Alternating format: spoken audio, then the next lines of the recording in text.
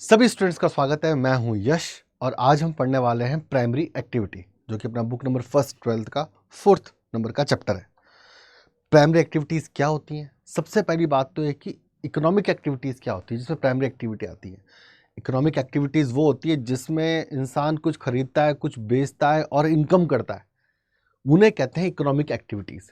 ये economic activities जो हैं, ये 4 पार्ट में बटी हुई होती है बच्चों। एक प्राइमरी एक्टिविटी, एक सेकेंडरी एक्टिविटी, एक टर्जरी, एक क्वाटनरी और 5वां शामिल कर लें तो कॉर्नरी। ये इकोनॉमिक एक्टिविटी हमें इनकम देती है, सबसे इंपॉर्टेंट बात है। तो हम यहाँ देखते हैं classification of the economic activities, ठीक है ना। और इन एक्टिविटीज़ में कोई डॉक्टर है, कोई इंजीनियर है, कोई चार्ज अकाउंटेंट है, कोई किसान है, ठीक है, कोई माइनर है, माइनिंग करने वाला, ठीक है ना, कोई जो है वो फार्मिंग करने वाला है, कोई डेयरी फार्मिंग करने वाला इंसान है, ठीक है ना, कोई अपने जानवरों को चरा करके अपनी इकोनॉमिक चला रहा है, कोई मछली पाल के अपनी इकोनॉमिक चला रहा है, ठीक है। तो यहाँ देख रहे हैं कि बहुत सारे लोग अलग अलग इकोनॉमिक एक्टिविटीज़ कर रहे हो। ये इकोनॉमिक एक्टिविटीज़ जो है ये हमें इनकम देती है, सबसे इंपॉर्टेंट बात है, ठीक है। साथ ही में हम इसके अंदर जो है इस लेसन में जो हम पढ़ने वाले हैं वो इकोनॉमिक एक्टिविटी में प्राइमरी एक्टिविटी पढ़ने वाले हैं। प्राइमरी एक्टिविटी के अंदर हम एग्रीकल्चर की बात करेंगे, हम फिशिंग की बात करेंगे, हम बात करेंगे पेस्टोरलिज्म की बात करेंगे, हम लोग बात करेंगे यहाँ पर प्लांटेशन एग्रीकल्चर के बारे में बात करेंगे, टोटल एग्रीकल्चर के बारे में बात करेंगे, mix agriculture, dairy farming, truck farming, सबसे इंपॉर्टेंट बात, और माइनिंग के बारे में बात करते नजर आएंगे, ठीक है। ये इस पूरे चैप्टर का एक जो है अगर हम बात करें तो सार जो है वो हम यहाँ देखते हैं। सबसे इंपॉर्टेंट बात है यहाँ पे कि कौन कौन सी एक्टिविटीज़ जो है हम देखते हैं, ठीक है ना। तो यहाँ पर हम जो ब्रॉडली अगर हम बात कर लें तो प्राइमरी, सेकेंडरी, ट्रेजरी और क्वाटनरी, साथ में क्वानरी एक्टिविटीज़ भी दे सकते हैं। वैसे तो अगर मैं बात करूँ तो सबसे इंपॉर्टेंट बात यह है कि एक्टिविटी जो होती हैं वो असल में 3 तरह की होती हैं। टर्जरी एक्टिविटी का जो हाईएस्ट क्लास जो है उसे हम क्वाटनरी, और क्वाटनरी से पूर्व क्वानरी। असल में ये दोनों एक्टिविटी जो है टर्जरी सेक्टर से जुड़ी हुई हैं, ठीक है। तो मेनली जो क्लासिफिकेशन होता है वो प्राइमरी एक्टिविटी, सेकेंडरी एक्टिविटी और टर्जरी एक्टिविटी। अगर हम प्राइमरी एक्टिविटी के बारे में बात करें तो वो एक्टिविटी जो लैंड और वाटर से जुड़ी हुई है, वो एक्टिविटी जो हमारे एनवायरनमेंट से जुड़ी हुई है, उसे हम प्राइमरी एक्टिविटी कहते हैं। जैसे एग्रीकल्चर करना, धरती पे करेंगे, पानी का इस्तेमाल करेंगे, ठीक है ना, लैंड का यूज़ करेंगे।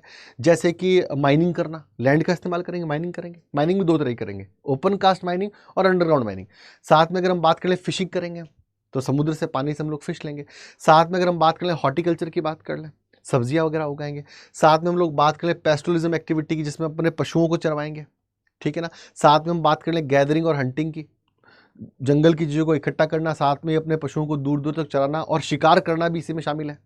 साथ में ये बिल्डिंग मटेरियल जो है, क्वारिंग की बात कर रहा हूँ, जिसके अंदर हम पत्थर जो है लाइमस्टोन वगैरह और इमारती पत्थर जो है जिससे बिल्डिंग्स बनाते हैं, ठीक है ना, उनका जो है माइनिंग करते हैं। तो ये सब एक्टिविटी प्राइमरी एक्टिविटी में आती है।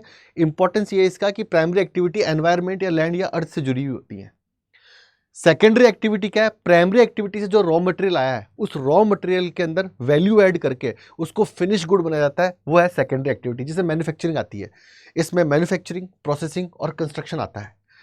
तो यहां से मान लो गेहूं यहां से चला, वीट या बार्ले, ठीक है ना, यहां से चला, सेकेंडरी एक्टिविटी में आया, किसान ने उसे काटा, मंडी में उसे बेचा, उसके बाद वो एक फैक्ट्री में आया ब्रेड, तो ब्रेड यहाँ बनी सेकेंडरी एक्टिविटी। जब ब्रेड मार्केट में बिकने जाएगी तो जो एमबीएस, जो बिजनेस एग्जीक्यूटिव उसको बेचेंगे, वो ट्रेजरी एक्टिविटी में काउंट हो जाएगा। तो सर्विस सेक्टर जो है ट्रेजरी एक्टिविटीज में नौकरी करते हैं। जैसे मैं सर्विस सेक्टर का आदमी हूँ। जैसे अगर हम बात करें, डॉक्टर जो है सर्विस सेक्टर का आदमी, वकील जो है सर्विस सेक्टर का आदमी है। बिजनेस में जो लोग लगे हुए हैं, जो एम्प्लॉयमेंट कर रहे हैं, MBS, managers, assistant managers, deputy managers, ये सब के सब जो क्या है ट्रेजरी एक्टिविटी में। जो आर&डी करेंगे वो क्वार्टनरी एक्टिविटी में, और जो डिसीजन मेकिंग करेंगे, सीईओ, सीएफओ, वो क्वार्टनरी एक्टिविटीज में चले जाएंगे, ठीक है। तो मेजरली तो ये 3 ही एक्टिविटीज है, क्वार्टनरी और क्वार्नरी से जुड़ी हुई है। हम जो पढ़ने वाले हैं वो प्राइमरी एक्टिविटी पढ़ने वाले हैं, जो लैंड और अर्थ से जुड़ी हुई है। तो आइए देखते हैं प्राइमरी एक्टिविटी क्या होती है, ठीक है। तो human activity which generate income are known as a economic activity. जैसा कि मैंने आपको बताया, क्या होगा इकोनॉमिक एक्टिविटी, ठीक है ना। इकोनॉमिक एक्टिविटी क्या जनरेट कर रहे हैं? इनकम जनरेट कर रहे हैं, और ये इकोनॉमिक एक्टिविटी आपके सामने है, ठीक है ना। प्राइमरी, सेकेंडरी, ट्रेजरी तो मेन इंपॉर्टेंट है। ट्रेजरी से जुड़ी हुई क्वार्टनरी और क्वार्टनरी से जुड़ी हुई क्वाइनरी, ठीक है। चल भाई आगे बढ़ते हैं यहाँ से।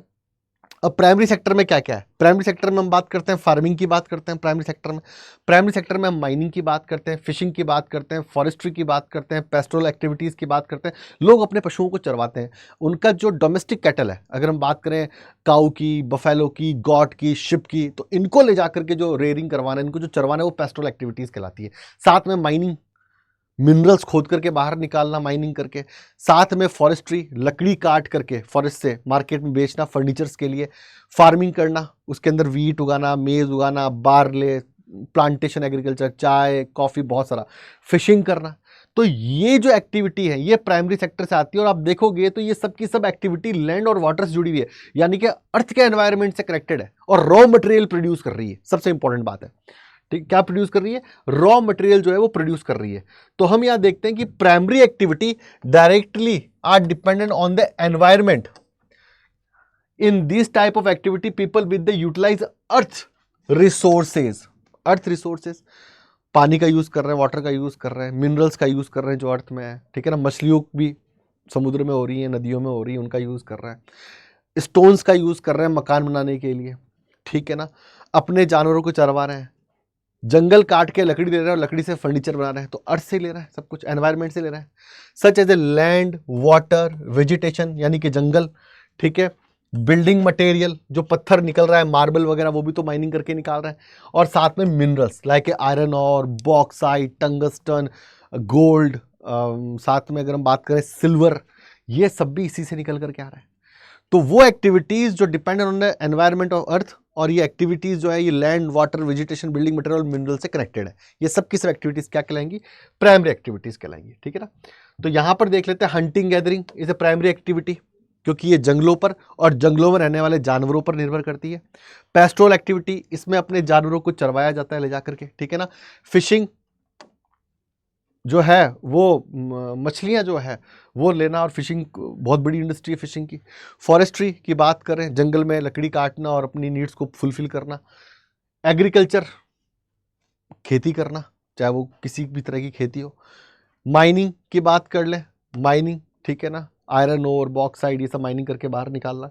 क्वायरिंग यानी कि इमारती पत्थर, जैसे बिल्डिंग्स बनती है, मार्बल की बात कर लेते हैं, चूना पत्थर की बात कर लेते हैं, ग्रेनाइट की बात कर लेते हैं, क्वायरिंग कहते हैं, ठीक है। जो पीपल प्राइमरी एक्टिविटी के अंदर लगे हुए होते हैं उन्हें वाइट रेड कॉलर वर्कर्स कहते हैं। व्हाइट कॉलर तो सर्विस सेक्टर के लोगों को कहते हैं, रेड कॉलर वर्कर्स कहते हैं। The people engage in the primary activity are known as a red collar worker. ऐसे रेड कॉलर वर्कर होते हैं, ब्लू कॉलर वर्कर होते हैं, वाइट कॉलर वर्कर होते हैं, गोल्डन कॉलर वर्कर होते हैं, पिंक कॉलर वर्कर होता है, ठीक है। तो रेड कॉलर वर्कर, और रेड कॉलर वर्कर क्यों करें? क्योंकि बाहर जाके काम करना पड़ता है। और ये रेड कॉलर वर्कर जो नाम निकल करके आया, ये यूएसएसआर यानी कि आज के रशिया से निकल करके आया, ठीक है। चले भाई, अब सबसे पहले जो एक्टिविटी हम पढ़ने वाले हैं वो पढ़ने वाले हैं हंटिंग एंड गैदरिंग। सबसे पहले वाली प्राइमेटिव एक्टिविटी, भाई इंसान जो है वो धरती पे आते ही माइनिंग नहीं करने लग गया।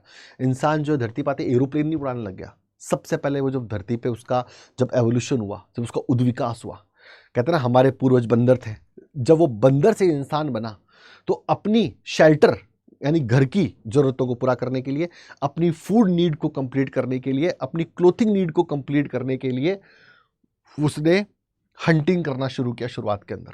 ये प्राइमेट सोसाइटी थी, आज के मानव से 7-8-9 हजार साल पहले का मानव, ठीक है। ये जंगल में जाता था, ये जंगल में अपनी ज़रूरत के हिसाब से शिकार करता था। शिकार करने के लिए इसके पास में AK-47 नहीं थी, इसके पास लकड़ी के हथियार थे, इसके पास हड्डियों के हथियार थे, इसके पास पत्थरों के हथियार थे, नॉर्मल हथियार थे। और ये उस जानवर से मांस भी प्राप्त करता था, साथ में ही अपने शरीर को ढकने के लिए उससे चमड़ा भी मिलता था, लेदर भी मिलता था। तो शुरुआत में जो प्राइमेटिव सोसाइटी थी, शुरुआत में उसने हंटिंग करना शुरू किया। और हंटिंग जो है वो एक प्राइमरी एक्टिविटी है, क्योंकि वो अर्थ के एनवायरनमेंट, लैंड, वाटर और वेजिटेशन और जंगलों से जुड़ी हुई है। और ये जानवर इंसान खुद तो पैदा नहीं कर रहा, ये तो जंगलों से हो रहा है, मतलब कि अर्थ के एनवायरनमेंट से कनेक्टेड है, इसलिए प्राइमरी एक्टिविटी में है। देख रहे हो आप, ये प्राइमेटिव सोसाइटी, कपड़े नहीं पहन रखे, शिकार कर रहे हैं, इनके पास जो है भाला, कमान वगैरह है, छोटे छोटे हथियार है जिससे शिकार करते हैं। साथ में ही ये गैदरिंग भी करते हैं, ये जंगलों पर निर्भर रहते हैं और जंगलों से इनकी शेल्टर की जो है ज़रूरतें पूरी होती है, इनकी फूड, इनको दवाइयाँ मिलती है जंगल से, ठीक है। तो देखते हैं क्या है ये the hunting. It is considered that most of primitive activity, most of the ancient society dependent heavily on the hunting people, ठीक है ना, hunting the people living in extremely cold and hot climate region they survive of the hunting. जो extremely cold, Eurasia extremely cold, ठीक है ना, Eskimos Alaska extremely cold, ठीक है ना, the great Indian desert, Atacama desert, Gobi desert extremely, ठीक है ना, क्लाइमेटिक कंडीशन जो है वो यहाँ पर जो है वो ड्राई भी हैं और द ग्रेट इंडियन डेजर्ट में हॉट है, सहारा डेजर्ट हॉट कंडीशन है। तो जहाँ एक्सट्रीमली कोल्ड और एक्सट्रीमली हॉट कंडीशंस थे, ठीक है ना, वहाँ पर जो लोग हैं वो ये एक्टिविटी करते थे आज से बहुत पहले, जब तक मॉडर्न वर्ल्ड ना बन गया, ठीक है। In spite of the modernization in the fishing due to the technological progress, still people living in the coastal areas are engaged in the catching fishing due to the legal hunting, poaching. A large number of the species now have they become extinct or endangered. फिर जब hunting primitive society से धीरे धीरे जब society develop हुई और जब hunting जो है वो इलीगल है, लेकिन हथियार आने की वजह से अच्छे अच्छे हथियार आ गई, बंदूकें आ गई, राइफल्स आ गई, तो अभी बहुत सारी जो ब्रीड्स हैं, ठीक है ना, बहुत सारी जो स्पीसीज़ हैं वो क्या हो गई हैं, अब बहुत कम हो गई हैं और बहुत खतरे में या कुछ तो ख़त्म भी हो चुकी हैं, ठीक है।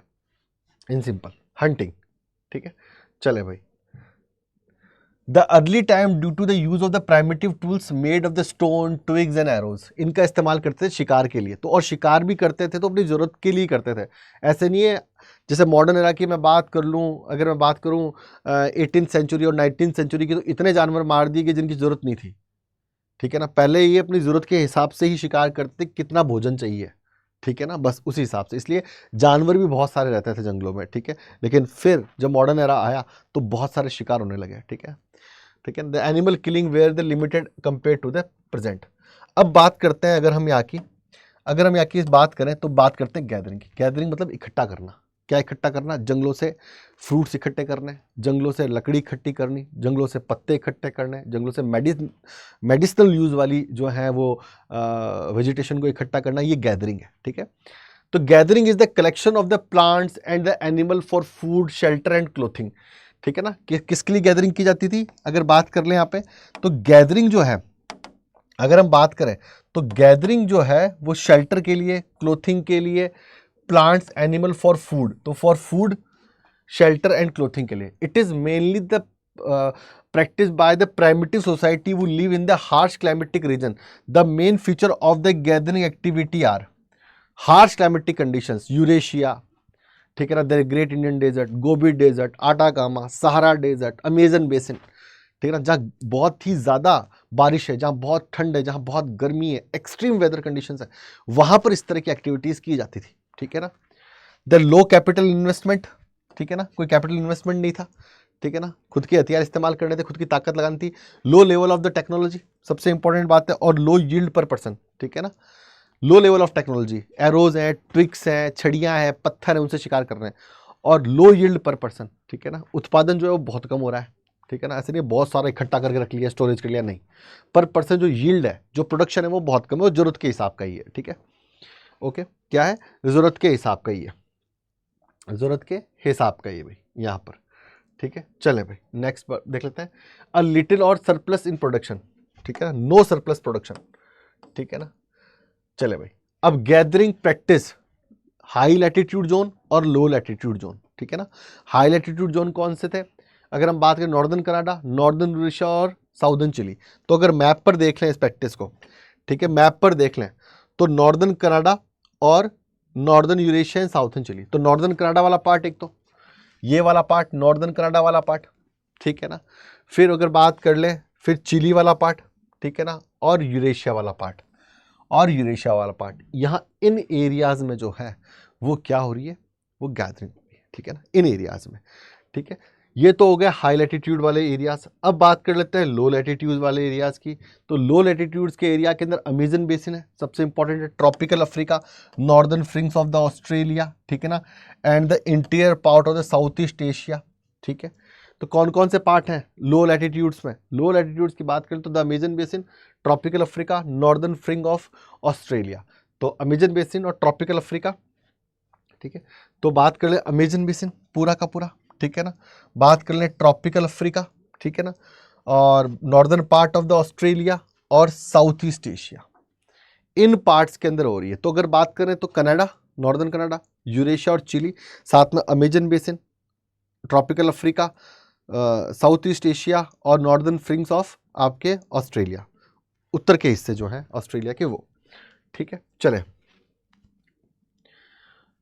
इन modern time some gathering has become a commercial and market oriented. ये बहुत इंपॉर्टेंट है और ये एग्जाम में पूछा जाने वाला है। ये बहुत ज़्यादा इंपॉर्टेंट है और ये एग्जाम में क्या होता है इसके बारे में वो बातचीत करता है, वो आपसे पूछता है इसके बारे में। ठीक है, कि क्या गैदरिंग प्रैक्टिस अभी भी है? बिल्कुल अभी भी है। आप कभी, मैं इंडिया के उसमें आपको समझाता हूँ कॉन्टेक्स्ट में, आप कभी हिमाचल प्रदेश जाएं या आप कभी उत्तराखंड जाएं, थोड़ा शिमला वगैरह से आगे निकलें आप, ठीक है ना, सांगला वगैरह कहीं जा रहे हैं, तो आपको अक्सर गांव के लोग जो हैं वो वहाँ पे जो लोकल या तो शहद बेचते हुए दिख जाएंगे, ठीक है ना, या वहाँ पर अगर कोई भी फसल हो रही है या कोई फ्रूट्स वगैरह उग रहे हैं, ठीक है ना, तो उनको बेचते हुए दिख जाएंगे, ऐसा दिखेगा आपको। ठीक है, आप छत्तीसगढ़ झारखंड में जाओगे या आप एमपी में ट्राइबल्स एरिया में जाओगे, राजस्थान के ट्राइबल्स एरिया में जाओगे, तो आपको दिख जाएंगे बेचते हुए। तो अभी भी ये कमर्शियल एक्टिविटी भी हो रही है। जंगलों में जाएंगे, कुछ इंपॉर्टेंट चीज़ें इकट्ठी करके लाएंगे और उन्हें आकर के थोड़ा पैकेट वैकेट बंद करके उनको बेचना शुरू कर देंगे, जैसे आदिवासी ऑयल। अब तो बहुत कमर्शियल एक्टिविटी होगी, लेकिन शुरुआत किसी ने ऐसे ही की थी, रोड के किनारे बेचने से। तो become a commercial market oriented practice करने लग गए हैं आजकल। तो याद रखना, गैदरिंग जो है आज के समय में भी हो रही है, बहुत बड़े स्तर पर नहीं, लेकिन फिर भी कमर्शियल एक्टिविटी में भी आ रही है। ठीक है ना, ओके। तो इसके एरियाज बहुत इंपॉर्टेंट है, एग्जाम में पूछे जाते हैं। ठीक है, चले भाई। ठीक है, the gather sell product made from the valuable plants, they use the various part of the plants, the bark is use for the quinine. तो bark is use for quinine, जो छाल होती है, ठीक है ना, उसे कुनेन बना लेते हैं। ठीक है ना, the tannin extract and core cleaves supply material for the breweries, drugs and cosmetics, जो जंगलों सामान मिलता है उस ड्रग्स, कॉस्मेटिक और फाइबर्स।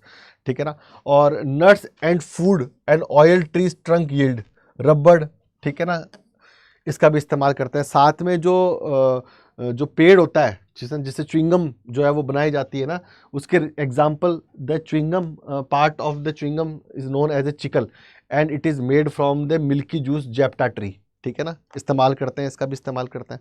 ठीक है, तो इन सब का जैसे यहाँ पे उदाहरण दे रखा है, ऐसे बहुत सारी चीज़ें हैं। ठीक है ना, ऐसी बहुत सारी जो है वो सप्लाईज है जंगल से होने वाली, जिनका इस्तेमाल किया जाता है। ठीक है, साथ में अगर हम बात करें, products of the gathering activity can not compete at the global market. अब क्योंकि छोटे स्तर पे हम चीज़ें इकट्ठे कर रहे हैं और ग्लोबल मार्केट के अंदर जो चीज़ें आ रही हैं उनसे हम कम्पीट नहीं कर सकते। ठीक है, क्योंकि सिंथेटिक प्रोसेस से चीज़ें बहुत बड़ी मात्रा में बन रही हैं। ठीक है ना, दवाइयाँ आ रही हैं, आपको पता है कि 2 किलो आप ये फल खाओगे तब जाके आपको 5% या 5 mg विटामिन सी मिलेगा, और मार्केट में 500 mg के विटामिन कैप्सूल का विटामिन सी के कैप्सूल का जो है वो मतलब पैकेट में कैप्सूल आता है, तो आप 500 mg का कैप्सूल ले लोगे।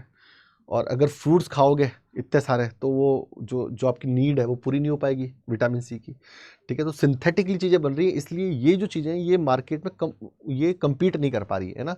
Often the better quality and the cheap price have replaced many product supplied by the gathered of the tropical forest, है ना। जो बहुत सारी चीज़ें इकट्ठे करके बाज़ारों में बेच रहे हैं, वो सिंथेटिक जो मटेरियल आ रहा है उसके साथ में कम्पीट नहीं कर पा रहे हैं। ठीक है ना, क्योंकि वो सिंथेटिक मटेरियल इनसे भी ज़्यादा चीप है। ओके, चलें नेक्स्ट बात करते हैं पेस्टोरलिज्म। ठीक है ना, पेस्टोरलिज्म की जब हम बातचीत करते हैं, ठीक है ना, तो पेस्टोरलिज्म ये है, ठीक है ना, अपने जो डोमेस्टिक कैटल है उनको चरवाना, वो पेस्टोरलिज्म है। ठीक है, साथ में अब मैं आपको बता दूं एक बहुत ही इंपॉर्टेंट जो है बात, वो ये है कि आप अड्डा 24/7 का ऐप डाउनलोड कर लें। ठीक है ना, ये बहुत इंपॉर्टेंट जो है वो न्यूज़ है। अड्डा 24/7 का ऐप डाउनलोड करें, इसके लिए आप ऐप स्टोर या गूगल प्ले स्टोर पे, अभी क्लास चल रही है ना, बीच में ही जो है आपको मैं बता दूं इसके लिए, क्योंकि बहुत सारे बच्चे पूछ रहे होंगे। साथ में ही आपको इस क्लास का PDF जो है वो CUT अड्डा 24/7 के टेलीग्राम चैनल पर भी मिल जाएगा। इस क्लास का पूरा PDF आपको वहाँ पर जो है वो मिलेगा। ठीक है ना, आप अड्डा 24/7 का ऐप डाउनलोड करें ऐप स्टोर या गूगल प्ले स्टोर से। ठीक है, और जैसे आप ऐप डाउनलोड करेंगे, ठीक है ना, ये ऐप डाउनलोड हुआ आपका, वो ऊपर आपके ऐसे बॉक्स बना होगा, उसमें आप जा करके और आपको क्या चुनना है, आपको CUT UG PG जो है वो एंट्रेंस एग्ज़ाम चूज़ करना है, और एंट्रेंस एग्ज़ाम में चूज़ करके आपको जो है वो CUT UG चूज़ करना है, और CUT UG में CUT आर्ट्स चूज़ करना है आपको, और CUT आर्ट्स में आपके सामने मौजूद है आर्ट्स डोमेन। ठीक है ना, इसके अंदर फ़ायदा ये है कि हम बोर्ड प्लस CUT दोनों की तैयारी कराएंगे। इसमें हम आपको 4 डोमेन ऑफर करेंगे, political science by Moin sir, history by Anita ma'am, geography by मैं खुद यश, और प्रिंस सर बाय इकोनॉमी। साथ में आपको जीटी की क्लासेस, रीजनिंग की क्लासेस, क्वांट की क्लासेस और लैंग्वेज की क्लासेस भी मिलेंगी। तो 12th प्लस CUT दोनों है, ठीक है। इसके लिए आपको क्या करना है, इसको लेने के लिए आपको बाय नाउ पर क्लिक करना है, आपको यहाँ जाना है और आपको कोड लगाना है YSIRG20, ठीक है ना। ये कोड आपको लगाना है। जैसे आप ये कोड लगाओगे, ये कोर्स जो है आपके लिए कितना हो जाएगा, 99959, ठीक है, 99959। लगभग आपको 2100 रुपये का डिस्काउंट मिल रहा है, 2100, ठीक है ना। ओके, और यहाँ पर आपको कोड लगाना है YSIRG20। ये कोड आपको जो है वो लगाना है YSIRG20, ठीक है ना। अब क्या कुछ मिलेगा सर इसमें, CUT प्लस बोर्ड, पहली बात तो ये, और 4 डोमेन मिल रहे हैं, GT, इंग्लिश, लैंग्वेज, और साथ में आपको जो है क्वांट और रीजनिंग की क्लासेस आपको मिल रही हैं इसमें, ठीक है। और 4 डोमेन मिल रहे हैं, पॉलिटी, हिस्ट्री, इकोनॉमी और ज्योग्राफी। आपको डेली लाइव क्लासेस मिलेंगी इसमें, जो बच्चे लाइव नहीं देख पाए वो रिकॉर्डेड देख लेंगे। फिर डेली आपको DPPs मिलेंगी, डेली प्रैक्टिस, ठीक है ना। साथ में ही आपको जो है इसके अंदर डाउट सेशंस मिलेंगे, आपके कोई भी डाउट हो आप हमसे बातचीत कर सकते हो।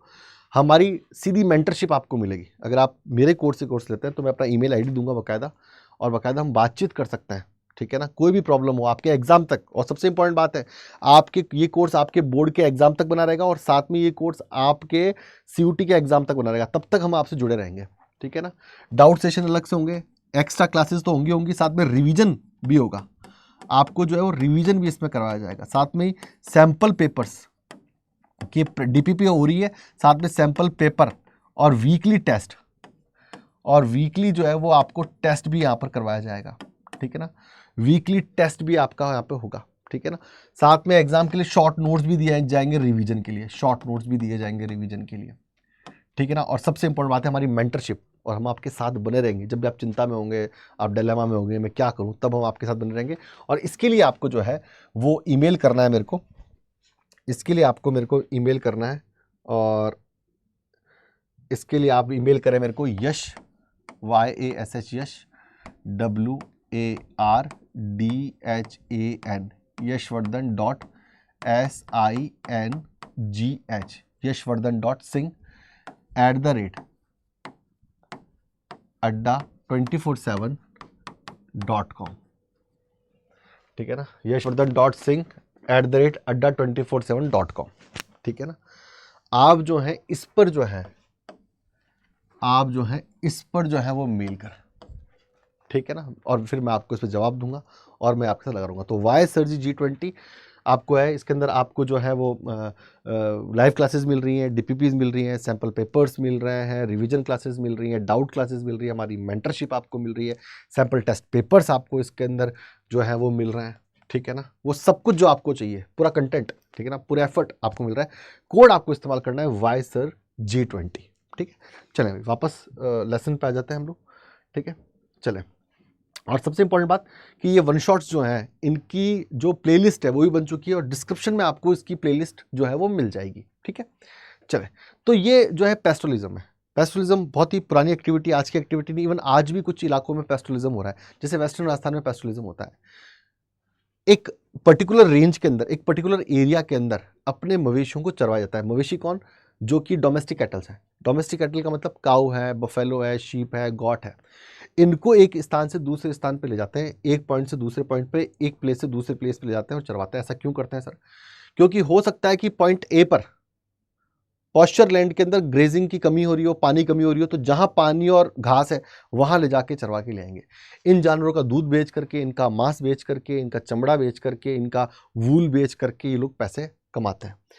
प्राइमिटिव सोसाइटी के अंदर इनसे वो अपना जो है, इन जानवरों को बेच करके जो है वो अपना जो है वो डेली जो है बेसिक नीड जो है उसको फुलफिल करते थे, ठीक है ना। Pastoralism, the human being are probably released at the some phase in the history that the hunting is in the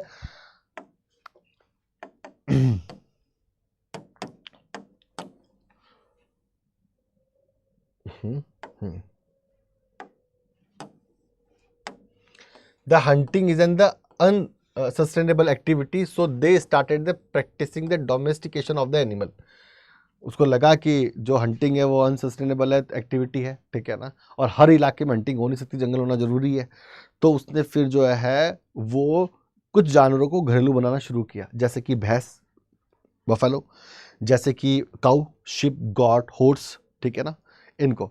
the different animals were domesticated depending upon the climatic condition. भाई जैसे climatic condition होगी, तिब्बत में याक को domesticated बना लिया, लामा को Andes में बना लिया, इंडिया में जो है वो काऊ और बफेलोस को बना लिया, शीप और गॉट को बना लिया। जैसे अलग अलग एरियाज में अलग अलग को डोमेस्टिकेटेड किया गया according to geographical and climatic conditions.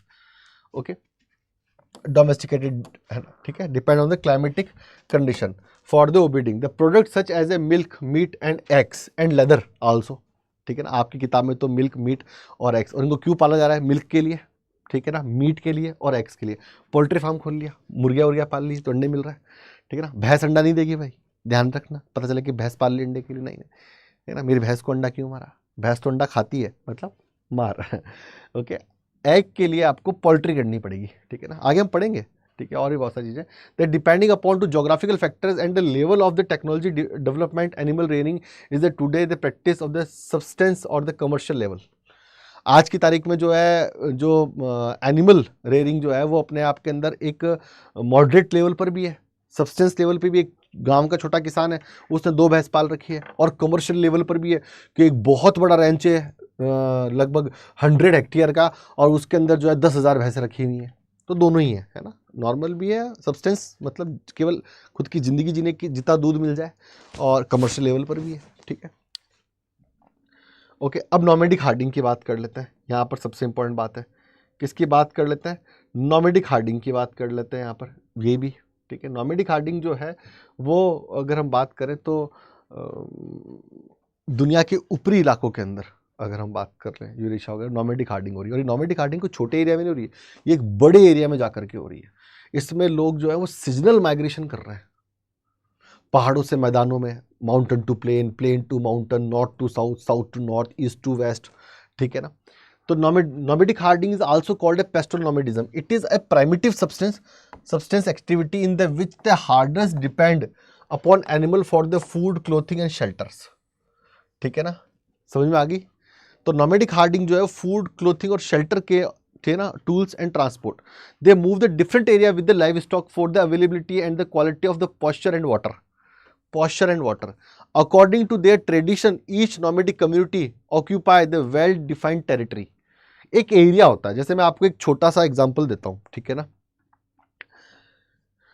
Western Rajasthan के अंदर, आपकी बुक में नहीं है, मैं बस आपको समझाने के लिए कह रहा हूं, ठीक है ना। मान लो कि राजस्थान का नक्शा बना दी, ये राजस्थान का नक्शा है, राजस्थान का नक्शा असल में ऐसा ही है, ठीक है ना। हाँ, समझाने के लिए क्या होता है कि वेस्टर्न राजस्थान के जो बहुत सारे जो चरवाए हैं, नॉमेडिक हार्डर्स हैं, वो पहले ईस्टर्न राजस्थान की तरफ आते थे, क्योंकि ईस्टर्न राजस्थान की तरफ जब बारिश के मौसम में बहुत सारी घास और पानी इकट्ठा हो जाता था, तो अपने जानवरों को लेकर 250-300 किलोमीटर की रेंज में वो मूवमेंट करते थे। ऐसे हम यूरेशिया के अंदर देखते हैं, ऐसे ही हम जो है लैटिन अमेरिका में देखते हैं, यूरोप में देखते हैं, साउथ ईस्ट एशिया में देखते हैं। तो एक रेंज के अंदर मान लो यहाँ सूखा पड़ रहा है, यहाँ जो है वो ड्राई हो रहा है, और कहीं और अच्छी बारिश हुई है और पानी है, तो वो वहाँ ले जाकर के अपने जानवरों को चरवाते थे। यूरेशिया में भी यही होता है, ठीक है ना। नॉर्थ टू साउथ, जब सर्दियाँ तेज पड़ती है तो लोग साउथ की तरफ आ जाते हैं, और जब गर्मियाँ तेज पड़ती है तो लोग नॉर्थ की तरफ चले जाते हैं, ठीक है ना, अपने जानवरों को लेकर के। ऐसा ही हमारे हिमालय रीजन्स में भी होता है, इसमें कश्मीर, हिमाचल प्रदेश और उत्तराखंड, इसमें नॉमेडिक हार्डर्स जो होते हैं, जिन्हें ट्रांस ह्यूमन्स कहते हैं, और ये ट्रांस ह्यूमन जो है बकरवाल, गद्दी और भोटियाँ हैं, ये सर्दियों में प्लेन्स में आ जाते हैं और गर्मियों में वापस माउंटेन्स में चले जाते हैं अपने जानवरों को लेकर के। तो एक सीजनल माइग्रेशन करते हैं, ठीक है ना। और सीजनल माइग्रेशन क्यों कर रहे हैं? क्योंकि इनकी नीड है, उन जो जानवर जो है, ठीक है ना, वो जो डोमेस्टिकेटेड जो लाइव स्टॉक है इनका, उससे फूड, क्लोथिंग और शेल्टर इनको मिल रहा है, ठीक है ना। चले भाई, और वेल डिफाइंड टेरिटरी होती है। ऐसा नहीं होता है कि राजस्थान का जो नॉमेडिक हार्डर है वो चला गया रशिया, नहीं, 300-400 किलोमीटर की वेल डिफाइंड टेरिटरी होती है, उसी के अंदर मूवमेंट करता है, 100, 150, 300 किलोमीटर की। The activity prescribed in their important region, ठीक है ना। कौन कौन से रीजनल एरियाज हैं? The core region of the extend Atlantic shore of the North Africa eastward across the Arabian Peninsula into the Mongolia and Central China. सबसे important है ना, अटलांटिक शोर ऑफ नॉर्थ अफ्रीका से ईस्टवार्ड होते हुए अरेबियन पेनिनसुला होते हुए मंगोलिया और सेंट्रल चाइना, ये देख लेते हैं। कहां से कहां तक देखो, यहां से ये शुरू हुआ,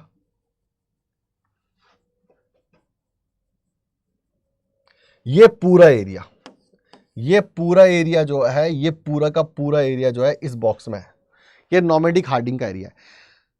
शोर of the Atlantic, Atlantic ocean north से ईस्ट वार्ड की तरफ जाते हुए ठेठ जो है ये आपके स्टेपीज आ गए, और देन उसके बाद जो है मंगोलिया और सेंट्रल चाइना, ये पूरा का पूरा एरिया, ये पूरा का पूरा एरिया इसमें आ गया। ठीक है, साथ में the second region extended over the tundra region of the Eurasia, tundra region of the Eurasia, tundra region of the Eurasia, ठीक है ना, tundra region of the Eurasia. साथ में अगर हम बातचीत कर लें in the southern hemisphere, southern hemisphere आपको पता है 0 डिग्री जो लाइन है जिसे हम इक्वेटर कहते हैं, वो अर्थ को दो पार्ट में बांटती है। 0 डिग्री के ऊपर वाला पार्ट जो है ये अर्थ है, मान लो समझने के लिए, ये 0 डिग्री, इसके ऊपर वाला पार्ट नॉर्दर्न हेमिस्फीयर, ठीक है ना, और इसके नीचे वाला पार्ट सदर्न हेमिस्फीयर। तो 0 डिग्री के नीचे वाला जो पार्ट है सदर्न हेमिस्फीयर में कौन कौन से पार्ट है? The small area in the south west Africa on the island of the Madagascar, ठीक है ना।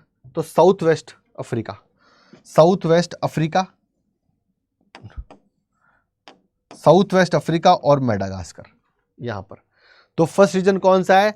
आपके अटलांटिक शोर से ईस्टवर्ड होते हुए ठेठ आपका जो है, मतलब कंप्लीट जो आपका जो मंगोलिया और सेंट्रल चाइना, ठीक है, then tundra Eurasia, then south west Africa and यहाँ पे नामीबिया वगैरह है, और यहाँ पर मेडागास्कर। इन एरिया में जो है वो आपका जो है नॉमेडिक हार्डिंग वो यहाँ पर हो रही है। ठीक है, चले आगे बढ़े यहाँ से। अब कौन कौन से जानवर है? ट्रॉपिकल अफ्रीका में cattle is the most important livestock. Cattle के अंदर cow, buffalo, sheep and goat आ गए, ठीक है। सारा एंड एशियाटिक डेजर्ट, ठीक है ना, the important animal are sheep and goats and camel, ठीक है, यहाँ हो गए। In the mountains area the Tibet and Andes the important animals are yak and llamas, Tibet में याक और एंडीज में लीमास, ठीक है। And arctic and sub arctic area में रेंडियर, ठीक है ना, रेंडियर, रेंडियर मतलब जो डियर होता है अपना हिरण की ही एक जो है एक स्पीसीज होती है रेंडियर। तो ये सब जो टॉपिक अफ्रीका में कैटल हो गए, सारा एशियाटिक डेजर्ट के अंदर कैमल और शीप एंड गॉट्स हो गए, तिब्बत में जो है वो याक हो गए, और एंडीज में, एंडीज का है आपका Latin America, Colombia to Bolivia, Peru, Chile, इन सब एरियाज के अंदर, ठीक है। ओके, चले भाई, फिर बात कर लेते हैं ट्रांस ह्यूमंस की। जैसे कि मैंने आपको बताया कि ट्रांस ह्यूमंस वो होते हैं जो कि सीजनल माइग्रेशन करते हैं। सीजनल माइग्रेशन का मतलब समझना इसको, सीजनल माइग्रेशन जो होता है, ये तो मान लो माउंटेन है और ये प्लेन है, ठीक है ना, सीजनल माइग्रेशन करवा रहा हूँ माउंटेन टू। मैं एक बकरवाल जाति का आदमी हूँ, मेरे पास खूब सारी जो है वो भेड़ें और बकरियाँ हैं, और मैं सीजनल माइग्रेशन करता हूँ, ऐसा मान के चलो आप। क्या होगा सीजनल माइग्रेशन में? जब विंटर्स आएंगे, जब विंटर्स आएंगे, ठीक है ना, विंटर्स आएंगे, तो विंटर्स के अंदर ये माउंटेन से प्लेन की ओर माइग्रेशन करेंगे, माउंटेन टू प्लेन में आ जाएंगे विंटर्स में। सर क्यों आ जाएंगे? विंटर्स के अंदर हिमालय रीजन के अंदर लाइक कश्मीर, जम्मू कश्मीर, हिमाचल प्रदेश, सिक्किम, अरुणाचल प्रदेश, ठीक है ना, और पूरा एरिया जो हिमालय रीजन है, उस समय स्नोफॉल होता है, और जितनी ऊंचाई होती है उस पर और ज़्यादा स्नोफॉल होता है। तो जितने भी माउंटेन एरियाज हैं वो स्नो और रास्ते सब बंद हो चुके होते हैं, और जितना भी वेजिटेशन होता है, घास वगैरह, वो सब खत्म, क्योंकि ऊपर बर्फ़ आके पड़ गई। तो क्या करेंगे? अब चरवाने के लिए तो घास है नहीं पेस्टोरल्स के, तो अपने जानवरों को नीचे ले आएंगे। जानवर कौन से होंगे? जानवर होंगे भेड़ और बकरी। पश्मीना शॉल बनती है ना कश्मीर में, वो इनसे बनती है। तो ये बकरवाल, गदीज और भोटियाँ जो हैं, ये अपने शीप और गोट्स को कहाँ ले आएंगे? प्लेन एरियाज में ले आएंगे, क्योंकि ऊपर बर्फ पड़ चुकी है। ये तो हुआ विंटर का मूवमेंट, माउंटेन टू प्लेन। अब बात कर लेते हैं इसी तरीके से, वापस एक पहाड़ बना, एक माउंटेन बनाते हैं, ठीक है। अब होगा ये मूवमेंट समर्स में। समर्स के अंदर जो है वो मूवमेंट होगा प्लेन टू माउंटेन समर्स में, क्योंकि समर्स में ऊपर की क्या पिघल गई? बर्फ पिघल गई, बर्फ पिघलती पानी हो गया, पानी होती बहुत सारी जो है वो वेजिटेशन, बहुत सारी ग्रास जो है वो वहां पर ग्रो कर जाएगी, और इस ताजा ग्रास को खिलाने के लिए समर्स में ये वापस कहां चले जाएंगे? माउंटेन में। तो सीजनल जो माइग्रेशन कर रहे हैं उससे ही, सीजनल माइग्रेशन को करने वालों को ही ट्रांसह्यूमंस कहते हैं, ठीक है, समझ गए होंगे शायद, बिल्कुल। The herders move from the place to the another search of the pasture other over the vast horizontal distance और वर्टिकल डिस्टेंस। क्या ना, पहाड़ों पे चढ़े, पर्वतों पे चढ़े, माउंटेन्स पे चढ़े, one the elevation to the another in the mountains और regions. They also migrate the seasonal duration summers, they move from the plains to mountains. ठीक है ना, समर रीजन में प्लेन टू माउंटेन्स में चले जाते हैं क्योंकि माउंटेन्स में बर्फ जो है पिघल जाती है, मेल्टिंग हो जाती है region. And during the winters they move from mountain to plain, क्योंकि माउंटेन से बर्फ पड़ेगी तो वहाँ क्या करेंगे, हम नीचे आ जाएंगे आपस में। ऐसे आपने देखा होगा पहाड़ों में दो दो घर होता है, विंटर्स का अलग होता है, समर्स का अलग होता है। ठीक है, चले भाई। This process season migration is known as a transhumance. ये क्वेश्चन बहुत इंपॉर्टेंट है बच्चों, ये क्वेश्चन जो है ये बहुत ज़्यादा इंपॉर्टेंट है। ठीक है ना, ये बहुत ज़्यादा इंपॉर्टेंट है। ठीक है, चले आगे बढ़ते हैं। ट्रांसह्यूमन समझ में आ गया आपको, ये भी अपने पशुओं को चढ़वा रहे हैं। अब ट्रांसह्यूमन कौन कौन से हैं, जैसे आपको फोटो दिखाऊं, यहाँ पे देखो, ये पहाड़ों से नीचे उतरे, बर्फबारी हो गई, ये ट्रांसह्यूमन्स हैं। ठीक है ना, भेड़ें और बकरियां हैं, और आगे कुत्ता चल रहा है। देखो ये कुत्ते सिक्योरिटी वाले कुत्ते हैं भाई, बड़े खतरनाक कुत्ते होते हैं, पहाड़ी कुत्ते। ठीक है, दिख गए, अच्छे लग रहे हैं, अच्छी अच्छी फोटो है। ठीक है ना, अच्छी फोटो है ना। ठीक है, चले भाई। अब कौन कौन होते हैं, Himalaya the tribal people like Gujjars, Bakarwal, Gaddis and Bhotiyas. Gujjars, Bakarwal, Gaddis and Bhotiyas practice the transhumance migration from the plain to the mountain in summers. Plain से माउंटेन में कब जाएंगे, समर्स में जाएंगे, क्योंकि माउंटेन्स की बर्फ पिघल चुकी होगी, घास उग चुकी होगी, तो उसको and no from mountain pasture to plain in winters. ठीक है ना,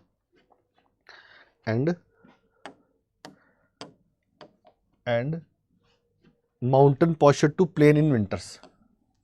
ठीक है ना, चले भाई। In the tundra regions it is the practice by the nomadic, it is the practice by the nomadic herders who move from the south to north. ठीक है ना, साउथ टू नॉर्थ कब करेंगे, साउथ टू नॉर्थ कब जाएंगे, winters के अंदर ना।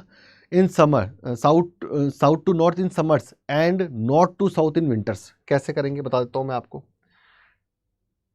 ठीक है ना, कैसे करेंगे ये बताता हूं। तो समर्स में क्या करेंगे ये, अगर मैं बताऊं आपको, समर्स में जो है ये साउथ है, ये नॉर्थ है। ठीक, सॉरी, ये नॉर्थ है। ठीक है, ये नॉर्थ है और ये साउथ है। समर्स के अंदर ये लोग साउथ से नॉर्थ की तरफ जाएंगे, कब, समर्स में। ओके, और विंटर्स में क्या करेंगे, विंटर्स में नॉर्थ में ज़्यादा ठंड पड़ेगी, तो नॉर्थ से कहाँ आ जाएंगे, साउथ में। ठीक है ना, कब, विंटर्स में। अगर इसको मैं मैप पे दिखाऊं आपको कि सर मैप पे बताओ कि कहाँ हो रहा है ये ट्रांजेक्शन, तो सबसे इंपॉर्टेंट बात है कि इस जगह जो है ये ट्रांजेक्शन हो रहा है। ठीक है ना, कैसे, अब बताओ मुझे, आपको दिमाग में सवाल आ रहा होगा, ये तो है नॉर्थ और ये है साउथ, तो नोमैडिक हार्डर्स जो हैं वो टुंड्रा रीजन में, ठीक है, समर्स के अंदर क्या करेंगे, यहाँ विंटर सीजन, यहाँ ठंड ज़्यादा होगी कि यहाँ ठंड ज़्यादा होगी समर्स में। ठीक है ना, ये गर्म होगा और इसकी तुलना में ये ठंडा होगा इस कंपैरिजन में। तो समर्स में जो है वो साउथ से नॉर्थ की तरफ जाएंगे, कब, समर्स में। ठीक है ना, और विंटर्स में क्या करेंगे, वो नॉर्थ में बर्फ जम चुकी होगी पूरी, तो नॉर्थ से साउथ में आ जाएंगे, कब, विंटर्स में। ये साइकिल चलता रहेगा। ठीक है ना, विंटर्स में नॉर्थ टू साउथ आ जाएंगे, क्योंकि नॉर्थ में क्या हो गई, हाई लैटिट्यूड है, बर्फ जम गई, तो साउथ में आ जाएंगे। और समर्स में साउथ में, नॉर्थ में जो है बर्फ पिघल जाएगी, तो बहुत सारे जो मैदान निकल जाएंगे, तो फिर वापस समर्स में जो है वो नॉर्थ में चले जाएंगे। ठीक है, वैसे ही जैसे पहाड़ों से ऊपर से नीचे आएंगे, तो विंटर्स में ऊपर से नीचे आ रहे हैं और समर्स में नीचे से ऊपर जा रहे हैं, सिंपल। चलो, okay, the tundra region from the south to north, south to north in summers and north to south in winters. The number of the pastoral nomads have been decreasing and the area operated by them is shrinking due to the imposition of the political boundaries.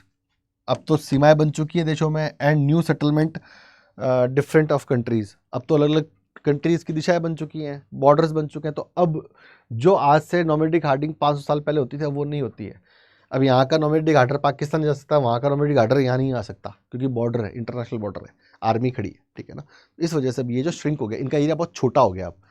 ठीक है, चले भाई, आज भी अगर आप ध्यान दोगे तो बहुत सारे लोग जो है वो पाकिस्तान के अंदर, हमारे जो बकरवाल और गद्दी वो पाकिस्तान में घुस जाते हैं या फिर चाइना में घुस जाते हैं अपने जानवरों को लेकर। गलती हो जाती है कई बार, मार्किंग याद नहीं रहती उनको बॉर्डर की, तो फिर बड़ी दिक्कत होती है, उनको छुड़वाना पड़ता है, बातचीत करनी पड़ती है उनके लिए। अब बात करेंगे कमर्शियल लाइव स्टॉक रेयरिंग की। हमने नॉमेडिक हार्डिंग पढ़ ली, हमने पेस्टोरलिज्म पढ़ लिया, इसमें हम अपने स्तर पे जो हैं लोग अपने डोमेस्टिक लेवल पर जो है वो अपने शेल्टर, फूड और क्लोथ के लिए जो है ये कर रहे हैं। लेकिन अब जब मॉडर्न एरा आ गया है तो कमर्शियल लाइव स्टॉक रेयरिंग हो गई है। बहुत बड़े बड़े फार्म्स में, रेंचेस में, बहुत बड़े काउंट नंबर के अंदर आप बफेलो, काऊ, हॉर्स, शीप और कैटल, जो शीप और गॉड जो है वो उसको पाल रहे हैं, और वो जो है मांस के लिए, मतलब मीट के लिए, लेदर के लिए, एग्स के लिए ये कमर्शियल लाइव स्टॉक रेयरिंग कर रहे हैं। यहाँ लाइव स्टॉक है तो यहाँ पोल्ट्री नहीं होगी, अंडे नहीं होगी, यहाँ मीट होगा। सबसे इंपॉर्टेंट मीट एंड लेदर। आपके कोर्स में केवल मीट है तो मीट की बात करेंगे यहाँ पे, जैसे कि मैं दिखाऊँ आपको, ठीक है। कमर्शियल लाइव स्टॉक रेयरिंग की अगर हम बातचीत करें यहाँ पर, ठीक है ना, कमर्शियल लाइव स्टॉक रेयरिंग की अगर मैं बातचीत करूँ आपके सामने तो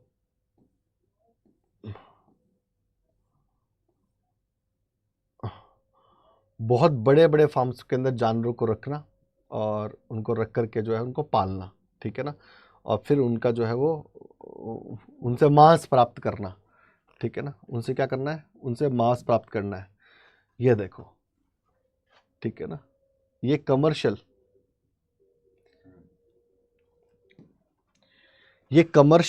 लाइव स्टॉक रेयरिंग है। सिंपल क्या करते हैं इसमें, सुनो बैठ के। कमर्शियल लाइव स्टॉक रेयरिंग जो है वो असल के अंदर डेवलप्ड कंट्रीज़ में, लाइक न्यूजीलैंड, ऑस्ट्रेलिया, अर्जेंटीना की हम बात कर लें, लैटिन अमेरिकन कंट्रीज़, कुछ European countries and north America, वहाँ ये हो रहा है। इसमें करते हैं कि बड़े बड़े फार्म्स होते हैं, बहुत बड़े, साथ में वास्ट कैपिटल इन्वेस्टमेंट होता है, बहुत बड़े फार्म्स होते हैं, साथ में बहुत अच्छी वेटनरी सर्विसेज होती हैं जानवरों को करने के लिए, साथ में बहुत अच्छी ब्रीड सिलेक्शन होता है और ब्रीड का क्रॉस भी होता है। अच्छी ब्रीड के जो है वो यहाँ पर जो है वो बीफ जो है वो पैदा किए जाते हैं। साथ में बहुत ही साइंटिफिकली और बहुत ही टेक्नोलॉजीफुल होता है ये काम, ठीक है ना, ऐसे नहीं होता, ठीक है ना, बहुत ज़बरदस्त तरीके से इसको अंजाम दिया जाता है और ये सब मीट के लिए पाले जा रहे हैं, ठीक है ना। मोस्ट ऑफ बीफ जो है, गाय और भैंस जो है वो मीट के लिए यहाँ पर पाले जा रहे हैं, ठीक है। चलें भाई, हाँ, तो बात करते हैं commercial. The compare to the nomadic herding, the commercialization livestock rearing, ठीक है। Compare livestock organised and required the large capital, बहुत लार्ज कैपिटल चाहिए, बहुत सारा पैसा चाहिए। It is the specialised activity where only one type of animal is reared on a large scale. One type of animal, या तो sheep होगी या कैटल होगी, या तो शीप होगी या गॉट होगी, या फिर आपके जो है वो बफेलो होगी या बीफ, मतलब बीफ के अंदर बफेलो और काऊ दोनों को शामिल कर लेते हैं, ठीक है ना। Okay, the animal that are the rear, और एक ही तरह का एनिमल होगा, याद रखना, एनिमल इज अ रियर्ड, है ना, one type of animal is reared, ठीक है ना। That are the reared include the sheep, cattle, goats, horses etcetera. The product obtained from this animal processed and packed, बाकायदा काटा जाएगा, अच्छे से स्लॉटरिंग की जाएगी। स्लॉटरिंग भी बड़ी मशीनों से होती है, साफ सुथरे डॉक्टर की तरह एप्रिन पहन करके काटते हैं, स्लॉटर करते हैं, फिर उनको बढ़िया से पैक करते हैं, प्रोसेस्ड करते हैं, ठीक है ना। सभी इंटरनेशनल जितने भी पैरामीटर्स उनको फुलफिल करते हैं scientifically and exported to the market across the world, है ना। बीफ कटा, गाय और भैंस कटी कहाँ पे, जापान में, और सप्लाई हो रही कहाँ पर, मिडिल ईस्ट में, या फिर अमेरिका में, ठीक है ना, या फिर सिंगापुर में, या फिर ऑस्ट्रेलिया में, ठीक है। Okay, it is the practice the large permanent ranges, तो वास्ट कैपिटल चाहिए, साइंटिफिकली होगा मामला, ठीक है ना। Large permanent ranches that are the divided into a number of the parcels, अलग अलग हिस्सों में बटे होते हैं। जैसे मैं आपको बताऊं, यहाँ पर देखो ये एक हिस्सा बटा हुआ है, यहाँ पर ये एक पार्ट है, यहाँ पर ये दो पार्ट है, इससे अलग अलग हिस्सों में रखता है। इसकी एक वजह है कि कोई बीमारी फैले तो सब जानवरों में ना फैल जाए, इसलिए ना अलग अलग पार्सल अलग अलग हिस्सों में रखते हैं और उम्र के हिसाब से इनको बांट देते हैं कि ये इस एज का है, ये इस एज का है, ये इस एज का है, ठीक है ना। ओके, क्योंकि अलग अलग तरह की मीट की जो है मार्केट में डिमांड होती है। ओके, चलें भाई, आ जाएं आगे। हाँ, चलें। The number of animal in the pasture are keeped according to the carrying capacity of the pasture. When the grass in the one pasture is eaten, animal are moved another parcel. तो अलग अलग छोटे छोटे खेत बना, एक बड़ा खेत है, ठीक है ना, जैसे बताऊँ, एक ये बहुत बड़ा रेंज है, इस रेंज में अलग अलग पार्ट्स बना रखे हैं आपने। यहाँ हुई तो फिर इनको यहाँ शिफ्ट कर दिया, यहाँ हुई तो यहाँ शिफ्ट कर दिया, यहाँ हुई यहाँ शिफ्ट कर दिया, और जब वो शिफ्ट करेंगे तो दूसरा खेत खाली रहेगा, तो उसके अंदर जो है वापस ग्रास जो है वो ग्रो करने शुरू कर देगी, उग जाएगी। When the grass is one portion is eaten, the animal move the another parcel. The scientific method such as the breeding, genetic improvement, disease control, health care of animal are used to improve the production. तो breeding करवाई जाती है अच्छी खासी, है ना, cross breeding कराते हैं, अच्छी ब्रीड्स का क्रॉस कराते हैं, तो जो बच्चा होता है वो बहुत बढ़िया होता है। जेनेटिक इंप्रूवमेंट करते हैं जिससे अच्छा मांस हो, ठीक है ना। डिजीज कंट्रोल करते हैं, बाकायदा वैक्सीनेशन वगैरह होता है। वेटनरी डॉक्टर होता है, वेटनरी डॉक्टर मतलब जो जानवरों का डॉक्टर होता है उसे वेटनरी डॉक्टर जो है वो कहा जाता है, ठीक है ना। क्या कहते हैं? वेटनरी डॉक्टर कहते हैं, ठीक है ना। Okay, it practiced in the New Zealand, Australia, Argentina, Uruguay and USA. For example, the reindeer rearing in the Alaska region of USA by the Eskimos, who won on the 2/3 reserve of the reindeers. ठीक है ना, रखते हैं Eskimos और वहाँ करते हैं, ठीक है, और कमर्शियली कर रहे हैं अब तो, ठीक है।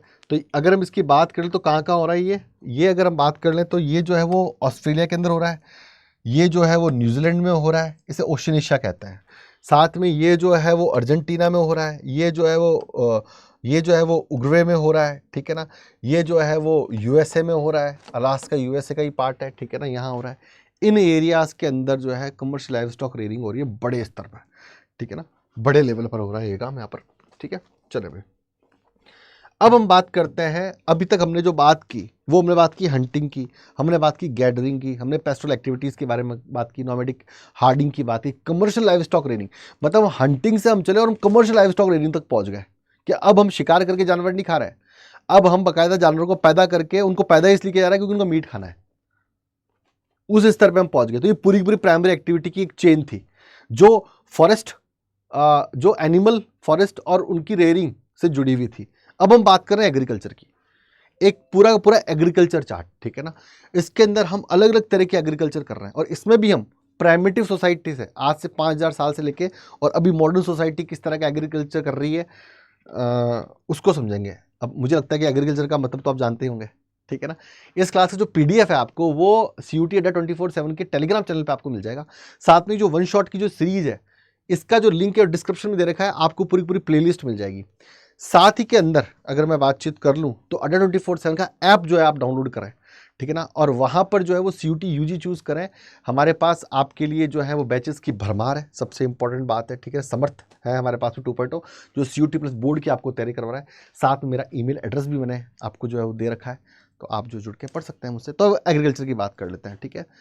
शुरुआत के अंदर इंसान ने जब एग्रीकल्चर करना शुरू किया, ठीक है, तो प्राइमेटिव सोसाइटी ने जो एग्रीकल्चर शुरू की उसने क्या किया, उसने जो है वो अपने जीवन को जीने के लिए सब्सटेंस एग्रीकल्चर तभी तो कहते हैं उसको, क्योंकि अपना जीवन निर्वाह करने के लिए, ठीक है ना, अपना जीवन जो है वो निर्वाह करने के लिए, अपने जीवन को जीने के लिए, मतलब केवल इतना ही प्रोडक्शन किया जितना कि उसकी जरूरत है, मतलब प्रोड्यूसर ही कंज्यूमर है इन सिंपल वे, ठीक है ना।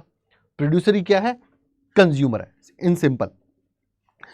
तो प्राइमेटिव सब्सटेंस एग्रीकल्चर की जिसे शिफ्टिंग कल्टीवेशन या स्लैश एंड बर्न एग्रीकल्चर कहते हैं। इंटेंसिव सब्सटेंस एग्रीकल्चर की ये भी 2 टाइप की थी, wet paddy and crop other than paddy. इसको समझो। प्राइमेटिव सब्सटेंस एग्रीकल्चर क्या थी? शुरुआत का जो मानव था, जब सोसाइटी बनने शुरू हुई और लोगों ने खेती करने के बारे में मालूम चला, ठीक है ना, लगभग आज से 12,000 साल पहले जो है हमारे पास में खेती के सबूत है, ठीक है ना, 12,000 साल पहले खेती होती थी, ठीक है ना। कुछ बुक्स में 8,000 साल, कुछ 6,000 साल, लेकिन हमारे कॉमन पकड़ते हैं। तो कैसे खेती करते थे ये जो लोग थे, ये प्राइमेटिव सोसाइटी के जो लोग थे, ये जंगल जलाते थे। ये आज भी होता है वैसे, कुछ सोसाइटीज़ में आज भी कर रहे हैं, जितने भी माउंटेन्स एरियाज हैं, हिली एरियाज हैं नॉर्थ ईस्ट के अंदर, वहाँ पर होता है अभी भी, लेकिन बहुत कम होने लग गया अब, क्योंकि अब तो जो एनवायरमेंटल एक्ट है 1986, वाइल्ड लाइफ कंजर्वेशन एक्ट है 1972, तो अब जंगल जलाने की इजाज़त नहीं है, लेकिन पहले होता था। तो छोटा एक जंगल जलाया, जंगल जलाने के बाद जैसे मैं आपको समझाता हूँ, यहाँ पर एक अच्छा सा आपको जो है वो मिल जाएगा। यहाँ पर ये देखो, यहाँ एक जंगल जलाया आपने, समझ में आ गई बात। अब जब जंगल जला लिया आपने, जंगल जल गया यहाँ से, आपने जंगल जलाया, उसके बाद में 2, 2.5, 3 बीघा का ये खेत आपने बना लिया, ये खेत आपने बना लिया इस तरीके से, ठीक है ना। इस खेत में आप अब फसल उगाएंगे। तो जंगल जलाया, स्लैश एंड बर्न इसलिए बोल रहे हैं, क्या बोल रहे हैं? स्लैश एंड बर्न इसको इसीलिए बोल रहे हैं, ठीक है ना, कि आपने जंगल जलाया और खेत बनाया। अब आपने गेहूं, मक्का, जौ ये इसको उगाना यहाँ पे शुरू कर दिया, चावल, ठीक है। और आपने कब तक उगाया यहाँ पे? जब तक इस जमीन की फर्टिलिटी बनी रही। तो आपने जंगल जलाया अपनी जरूरत के हिसाब से, आपने यहाँ पे खेती की, और ये राख जो दिख रही है आपको, ये ऐश जो दिख रही है आपको चारों तरफ, इसको आपने जो है फर्टिलाइजर के तौर पर इस्तेमाल कर लिया इसमें। अब इस तरह की ज़मीन पे खेती जो है वो 2.5-3 साल तक होती है, क्योंकि उस समय प्राइमेटिव सोसाइटी के अंदर फर्टिलाइजर्स तो होते नहीं थे। तो होता क्या था कि टाइम से, समय के साथ जो है वो ज़मीन की जो कैपेसिटी जो है फर्टिलाइजर की वो कम होती जाती थी, और सॉइल जो है उसकी फर्टिलिटी कम होती जाती थी, जिससे कि प्रोडक्शन कम होता था। फिर ये क्या करते हैं, फिर ये यहाँ से गए और इधर गए, इधर फिर उन्होंने इस जंगल को जलाया और फिर यहाँ पर खेत बना लिया। इसलिए इसे स्लैश एंड बर्न करें, शिफ्टिंग एग्रीकल्चर कह रहे हैं कि 2.5-3 साल तक इस खेत में खेती की, फिर वहाँ खेती करने लग गए। इसलिए इसे क्या कह रहे हैं, शिफ्टिंग एग्रीकल्चर कह रहे हैं, स्लैश एंड बर्न कर रहे हैं। लेकिन बाद की सोसाइटी जो थी थोड़ा और इंप्रूव की, तो बाद की सोसाइटी ने छोटे इलाकों के अंदर बिना जंगल जलाए खेती करना शुरू किया, जिसे इंटेंसिव सब्सटेंस एग्रीकल्चर कहा गया। ये एग्रीकल्चर चावल के साथ भी की गई और अलग अलग क्लाइमेटिक कंडीशंस में मक्के के साथ की गई, गेहूं के साथ की गई, सरसों के साथ की गई, जवार बाजरा के साथ की गई। ठीक है, चलो भाई, ये समझ गए होंगे आप, ये जो बात समझाई मैंने। तो इसे शिफ्टिंग एग्रीकल्चर भी कहते हैं, स्लैश एंड बर्न भी कहते हैं। और ये दो तरह की होती है। इंटेंसिव सब्सटेंस एग्रीकल्चर जो है दो तरह की होती है, एक तो होती है चावल की खेती और एक होती है चावल के अलावा अलग अलग क्लाइमेटिक कंडीशंस में। हर जगह चावल की खेती थोड़ा कर सकते हो, जैसे जहाँ क्लाइमेटिक कंडीशन है वैसी वहाँ एग्रीकल्चर होगी। तो कहीं वीट उगता है, तो कहीं बार्ले उगता है, तो कहीं मेज उगता है, तो कहीं बाजरा, कहीं ज्वार, ठीक है ना, कहीं सोयाबीन। चले भाई, साथ में एग्रीकल्चर के अंदर हम इन सब फॉर्म्स को पढ़ेंगे, plantation agriculture, extensive grain commercial agriculture, mixed farming, dairy farming and Mediterranean agriculture. ठीक है, एंड मार्केट गार्डनिंग, हॉर्टिकल्चर में truck farming and the factory farming, इसको भी हम देखेंगे। ठीक है, ये सब फार्मिंग के टाइप है। अब सबसे पहले जो हम एग्रीकल्चर की बात करेंगे यहाँ पर, वो शुरू करते हैं हम पढ़ना एग्रीकल्चर को। ठीक है ना, अब तक तो समझा दिया मैंने आपको। अब agriculture is the president under the multiple combination of the physical and social economic condition which give a rise of the different type of the agriculture system. ठीक है, एग्रीकल्चर असल में डिपेंड करती है कि आपका फिजिकल एनवायरमेंट क्या है, आपका सोशल इकोनॉमिक एनवायरमेंट क्या है, किस तरह की आपकी कंडीशंस है। हम जो यहाँ पे खाना खाते हैं, राजस्थान में जो बंदा खाना खाता है गेहूं की रोटी ज़्यादा खाता है, लेकिन बंगाल का आदमी वही चावल खाता है।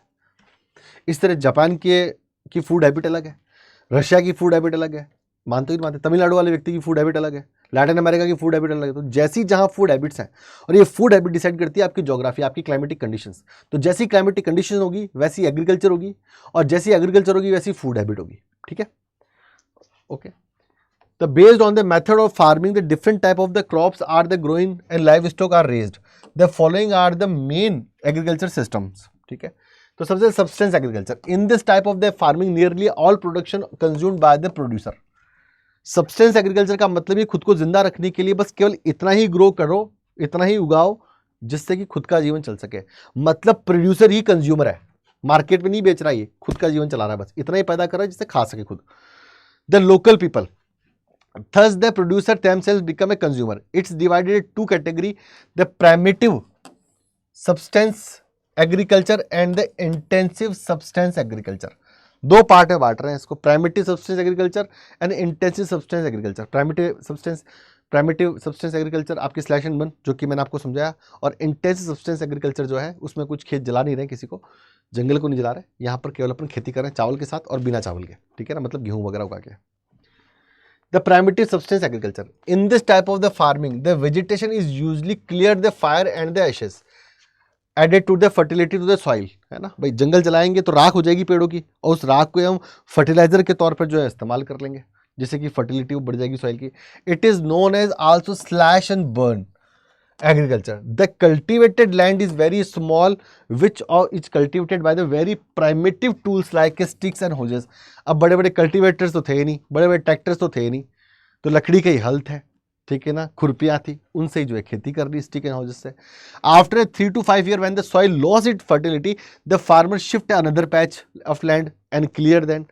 ठीक है ना, और फिर वापस खेत उगा लेंगे शिफ्ट करके। ठीक है, due to this region it's also known as a shifting agriculture या शिफ्टिंग कल्टीवेशन। शिफ्ट कर रहे हैं ना, हर 3-4 साल में खेत खाली करके दूसरी जगह जाके जंगल जला रहे हैं और फिर उसको ग्रो कर रहे हैं। क्योंकि ऐसा क्यों कर रहे हैं, क्योंकि सॉइल की फर्टिलिटी एक रेट होता है वो कम हो जाता है। आज के टाइम में तो ऐसा नहीं होता। क्यों नहीं होता, क्योंकि अब बहुत सारे फर्टिलाइजर्स के ऑप्शन है, यूरिया है, ये है, रॉक फॉस्फेट है, जिप्सम है, कई तरह के फर्टिलाइजर मार्केट में मिलते हैं। जैसा कि मैंने आपको इसमें समझाया था, ठीक है ना। The farmers may return to the early patches of the land once it region soil fertility. The main disadvantage of this type the farming is the cycle of the jhum become a less and less due to the loss of the fertility in different patches of the land. शुरुआत में ज़्यादा होता है, फिर धीरे धीरे कम होता जाता है, तो बहुत नुकसान होता है इससे किसान को जो कर रहा है farming. Many tribes practice this is the tropical region of Africa, south and central America and the Southeast Asia. This type of farming has a different name in the different areas. Zooming in the northeastern state of the India, Milpa in Central America, Mexico, Ladakh in Indonesia and Malaysia. तो अगर आपको मैं नक्शे पे इसको समझाऊं तो हम कर सकते हैं, ये नॉर्थ ईस्ट का पार्ट है, यहाँ पर जूमिंग कहता है। यहाँ पर क्या कह रहे हैं इस एग्रीकल्चर को, जूमिंग शिफ्टिंग एग्रीकल्चर को, ठीक है ना।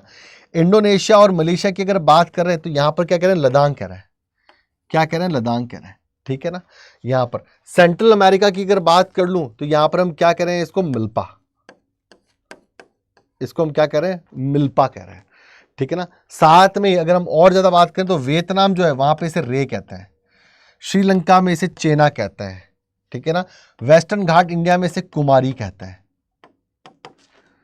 ठीक है, ओके। अलग अलग जगह पे अलग अलग नाम है, like milpa in central America in Mexico, zooming in north east आपके इंडिया, और लद्दाख इंडोनेशिया मलेशिया, रे इन वियतनाम, और आपके जो है वो चेना in Sri Lanka and ray, chena in Sri Lanka in Kumari in western Ghats in India, ठीक है। तो अलग अलग शिफ्टिंग एग्रीकल्चर के अलग अलग जगह अलग अलग नाम है, साथ में स्लैश एंड बर्न भी कर रहे हैं। ये क्वेश्चन पूछता और बहुत बार पूछा गया है। अब बात करते हैं इंटेंसिव सब्सटेंस एग्रीकल्चर की। ये थोड़ा सा इससे इंप्रूवमेंट हुआ, प्राइमेटिव सोसाइटी थोड़ी इंप्रूवमेंट किया और इस तरह की एग्रीकल्चर शुरू करने की, इसके अंदर उसका प्रोडक्शन थोड़ा ज़्यादा हो रहा है, बस इतना ही फर्क है। पर पर्सन प्रोडक्शन जो है वो तो कम ही है, ठीक है ना, लेकिन फिर भी प्रोडक्शन जो है वो ज़्यादा कर रहा है यहाँ पर, ठीक है। थोड़ा सा प्रोडक्शन जो है उसका ज़्यादा हो रहा है यहाँ पर, ठीक है ना। और अलग अलग एरिया में अलग अलग, और बहुत सारे लोग लग करके खेती कर रहे हैं, फैमिली मेंबर्स जो है वो खेती कर रहे हैं, मैकेनाइज्ड नहीं है, बहुत ज़्यादा मशीन का यूज़ नहीं कर रहे, लेकिन पूरे घर के लोग लिख के खेती कर रहे हैं और ज़्यादा प्रोडक्शन करने की कोशिश कर रहे हैं, इसलिए इसे इंटेंसिव सब्सटेंस एग्रीकल्चर कह रहे हैं। और ये दो तरह की है, वो लोग जो चावल की खेती कर रहे हैं इंटेंसिव सब्सटेंस एग्रीकल्चर में, और वो लोग चावल के अलावा अलग अलग क्लाइमेटिक कंडीशन में अलग अलग तरह की खेती कर रहे हैं, ठीक है। It's the mainly practiced the monsoon region of the Asia. Is the two of type. The intensive subsistence agriculture dominated by the wet paddy. This type of the agriculture is the characteristic by is a dominance of the rice crop due to the high density of the population. Land holding are the very small. ठीक है ना, high density of the population. Intensive substance agriculture में dominated by wheat paddy, जहां चावल की खेती हो रही है वो किस एरिया में हो रही है, वो उस एरिया में हो रही है जहां डेंस पॉपुलेशन है। जैसे कि मैं आपको एक उदाहरण से समझाता हूं, अगर हम इंडिया की बात कर लें, वैसे तो एग्जांपल में है इंडिया आपके ब्रह्मपुत्र मैदान, इंडिया की अगर हम बात करें तो इंडिया के नॉर्दर्न प्लेन्स जो हैं, और नॉर्दर्न प्लेन्स का भी वो पार्ट जो गंगा और ब्रह्मपुत्र बनाती है, वो नॉर्दर्न प्लेन्स की अगर मैं बात करूं, यहां पर अगर मैं झारखंड, बिहार, वेस्ट बंगाल और असम वैली की अगर मैं बात करूं तो वहां पर डेंस पॉपुलेशन है, डेंस पॉपुलेशन है। जब डेंस पॉपुलेशन होती है तो फार्मर के पास जो जमीन होती है वो शॉर्ट होती है, वो बहुत या मॉडरेट लेवल भी नहीं होती, वो शॉर्ट जमीन होती है, उसका ऐसे नहीं बहुत बड़ा फार्म है, छोटी छोटी जमीन है, 7 बीघा 8 बीघा 10 बीघा 2 हेक्टर 3 हेक्टर ऐसी जमीन होती है, ठीक है ना। तो dense of the population and land holding is very small, land holding बहुत छोटी होती है। The labour intensive cultivation which is done by the family members and manual labour is use in the agriculture, it is not a mechanised from the agriculture. हाथ से लोग खेती करते हैं, घर के लोग खेती करने में लगे होते हैं, छोटे खेत होते हैं, और उनको पता है कि उनका जो उनका लाइफ है वो फूड नीड के लिए उसी पे डिपेंड करता है, ठीक है। तो पूरा परिवार लग करके खेती करता है इसमें। The fertility of the soil is maintain by the farm yard manure, जो आपके जो गाय भैंस जो हैं उनसे जो गोबर आ रहा है, ठीक है ना, उसी का इस्तेमाल कर रहे हैं वो फर्टिलाइजर के लिए। The main shortcoming of this process that the yield per unit are high but per labour productivity is low. 10 bigha खेत के अंदर जो है वो 10 20 50 क्विंटल पैदा कर लिया, लेकिन पर पर्सन बहुत कम है, क्योंकि बहुत सारे लोग लगे हुए हैं। तो जब उस खेती की उस प्रोडक्शन को जब बांटते हैं तो हर किसी के बहुत कम पाती आता है, हर किसी के बहुत कम हिस्से में आता है। राजस्थान से इसलिए पाती आता है बोल दिया मैंने, बहुत कम हिस्से में आता है, समझ में आ गई मैं। तो यील्ड पर यूनिट हाई है, अच्छा प्रोडक्शन हो रहा है, लेकिन पर पर्सन बहुत लो है, क्योंकि 10-20 लोग खेती कर रहे हैं, तो सबके जो है 1-1, 1.5, 2-2 क्विंटल ही पाती आ रहा है, ज़्यादा नहीं आ रहा है उनके हिस्से में, ठीक है ना। या फिर किलो भी कह सकते हैं, 100-100 किलो, 200-200 किलो, 300-300 किलो आ रहा है, ठीक है। इन सिंपल, बताओ समझे कि नहीं समझे इस बात को, बताओ समझे कि नहीं समझे, बताएं बताएं।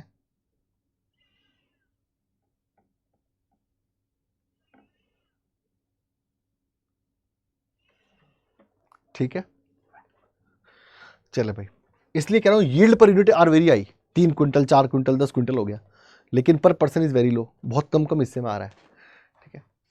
अब intensive substance agriculture other than the paddy, अब कहीं हर जगह चावल तो नहीं उग सकता ना, कहीं अब राजस्थान में अगर जयपुर की तरफ या नॉर्थ ईस्ट राजस्थान के अंदर अगर खेती करेंगे हम लोग तो चावल ही करेंगे, पंजाब में करेंगे, हरियाणा में पंजाब चावल की क्या गेहूँ की करेंगे, पंजाब हरियाणा के अंदर भी गेहूँ करेंगे, बारले करेंगे, ठीक है ना, अलग अलग जगहों पर अलग अलग होगी है, ठीक है। The type of the agriculture is dominated by the crop other than the pedi, it is the suitable for the grow pedi in the many parts of the monsoon, ठीक है ना, हर जगह सुटेबल नहीं है चावल होना। Asia due to the number of the geographical factors like a climate and relief and soil, climate मतलब मौसम कैसा है, रिलीफ मतलब टाइप ऑफ लैंडफॉर्म, माउंटेन्स हैं, हिल्स हैं, प्लेटू है, प्लेन है, डेजर्ट है, ठीक है। एंड सॉइल, सॉइल कैसी है, अलुवियल सॉइल है, ठीक है ना, ब्लैक सॉइल है, लेटराइट सॉइल है, ठीक है ना, रेड एंड येलो सॉइल है, तो डिपेंड करेगा इस पर, ठीक है ना, ये तीनों इंपॉर्टेंट है। The different crop like a wheat, soybean, barley and sorghum are grown in the northern China, ठीक है ना, वीट हो रही है sorghum Manchuria, North Korea and northern Japan में हो रहा है, तो अलग अलग जगह पे अलग अलग चीजें उगाई जा रही हैं इंटेंसिव सब्सटेंस एग्रीकल्चर में, according to climate, according to terrain and according to soil, ठीक है। चलें भाई, then India western part of the Indo Gangetic plain, जैसा कि मैंने आपको बताया, plain the important area where the wheat crops in the grow, है ना, इंडो गंगेटिक जो प्लेन है, ठीक है ना, अगर यूपी और वेस्टर्न यूपी की अगर मैं बात कर लूँ पूरा का पूरा तो वीट उग रहा है, और अगर मैं उससे आगे निकल जाऊँ बिहार और बंगाल की तरफ चला जाऊँ तो फिर गंगा ब्रह्मपुत्र के अंदर जो है वो चावल उग रहा है, ठीक है। The dry part of the western and southern India, western part Rajasthan and southern Indian Vidarbha Maharashtra part, for the millet irrigation system is often use in A type of the agriculture, तो वहाँ पर मिलेट्स उगाया जा रहा है, मोटे ना, ज्वार, बाजरा, ठीक है ना, ये उगाए जा रहे हैं और इसके लिए इरीगेशन किया जा रहा है। मतलब जैसे कि हमने कहा ना कि जो इंटेंसिव सब्सटेंस एग्रीकल्चर है अदर देन पेडी लाइक वीट, बार्ले, ठीक है ना, मिलेट्स, तो अपनी अपनी क्लाइमेटिक कंडीशंस में अपने अपने सॉइल टाइप में अलग अलग तरह की अलग अलग जगह खेती हो रही है अदर देन पेडी में, ठीक है। द प्लांटेशन एग्रीकल्चर, अब प्लांटेशन एग्रीकल्चर क्या है, सबसे इंपॉर्टेंट ये प्लांटेशन एग्रीकल्चर है। प्लांटेशन एग्रीकल्चर की अगर हम बात करें तो पूरी दुनिया में प्लांटेशन एग्रीकल्चर को जो प्रमोट किया, वो प्लांटेशन एग्रीकल्चर को प्रमोट करने में यूरोपियंस का बहुत बड़ा हाथ था। प्लांटेशन एग्रीकल्चर के अंदर अगर हम एग्जांपल्स की बात कर लें तो इसमें टी है, इसके अंदर कॉफ़ी है, बनाना है, अनानास है, शुगर केन है, रबड़ है और कोको है। यह प्लांटेशन एग्रीकल्चर इकोनॉमिकल रीजन से की गई थी और अपनी कॉलोनीज को एक्सप्लॉइट करने के लिए की गई थी, ठीक है। और इसकी शुरुआत यूरोपियंस ने की, इसमें ब्रिटिशर्स थे, डच थे, फ्रेंच थे, स्पेनिश थे, साथ में अमेरिकन भी थे, ठीक है ना, जिन्होंने Malaysia, Indonesia, Philippines, India, Sri Lanka, West Indies में अलग अलग जो है वो प्लांटेशन एग्रीकल्चर को प्रमोट किया फॉर इकोनॉमिकल रीजन, मतलब पैसा कमाने के लिए इन सिंपल वे, ठीक है ना। चले भाई, ये चाय का एक खेत है दार्जिलिंग वैली, असल में चाय का जो अपना इंडिजिनस नहीं है चाय का, है ना, चाय जो है वहाँ कहाँ से आई है, चाइना से आई इंडिया में, ठीक है ना।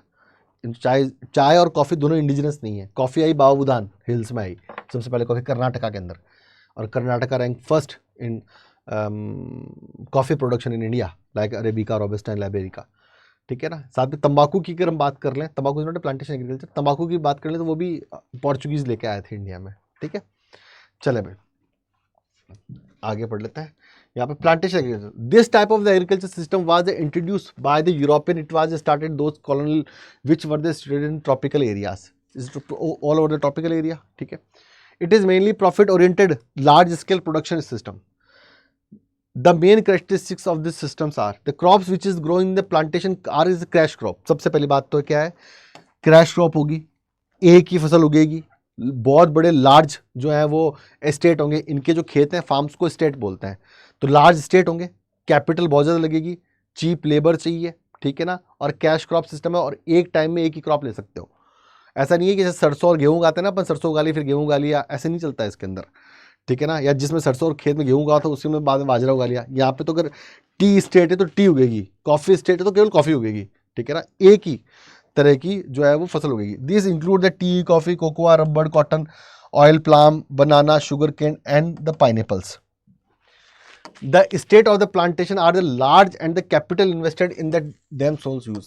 The marginal and the technical support is the provided. तो देखो लार्ज फार्म्स चाहिए जिन्हें एस्टेट बोलेंगे, कैपिटल पैसा बहुत चाहिए, ठीक है ना, साथ में एक टाइम में एक ही होगी खेती, ठीक है ना, साथ में अगर हम बात कर लें यहाँ पर तो यहाँ पर टेक्नोलॉजी भी चाहिए, स्पेशलाइजेशन भी चाहिए, चीप लेबर भी चाहिए, ट्रांसपोर्ट कम्युनिकेशन भी चाहिए, तो महंगा काम है इसको करना, ठीक है।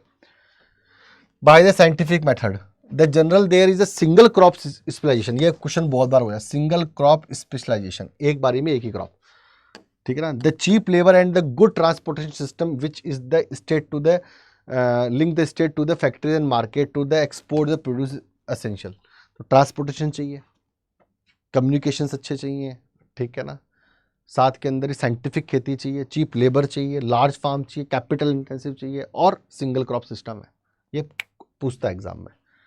नेक्स्ट, ठीक है।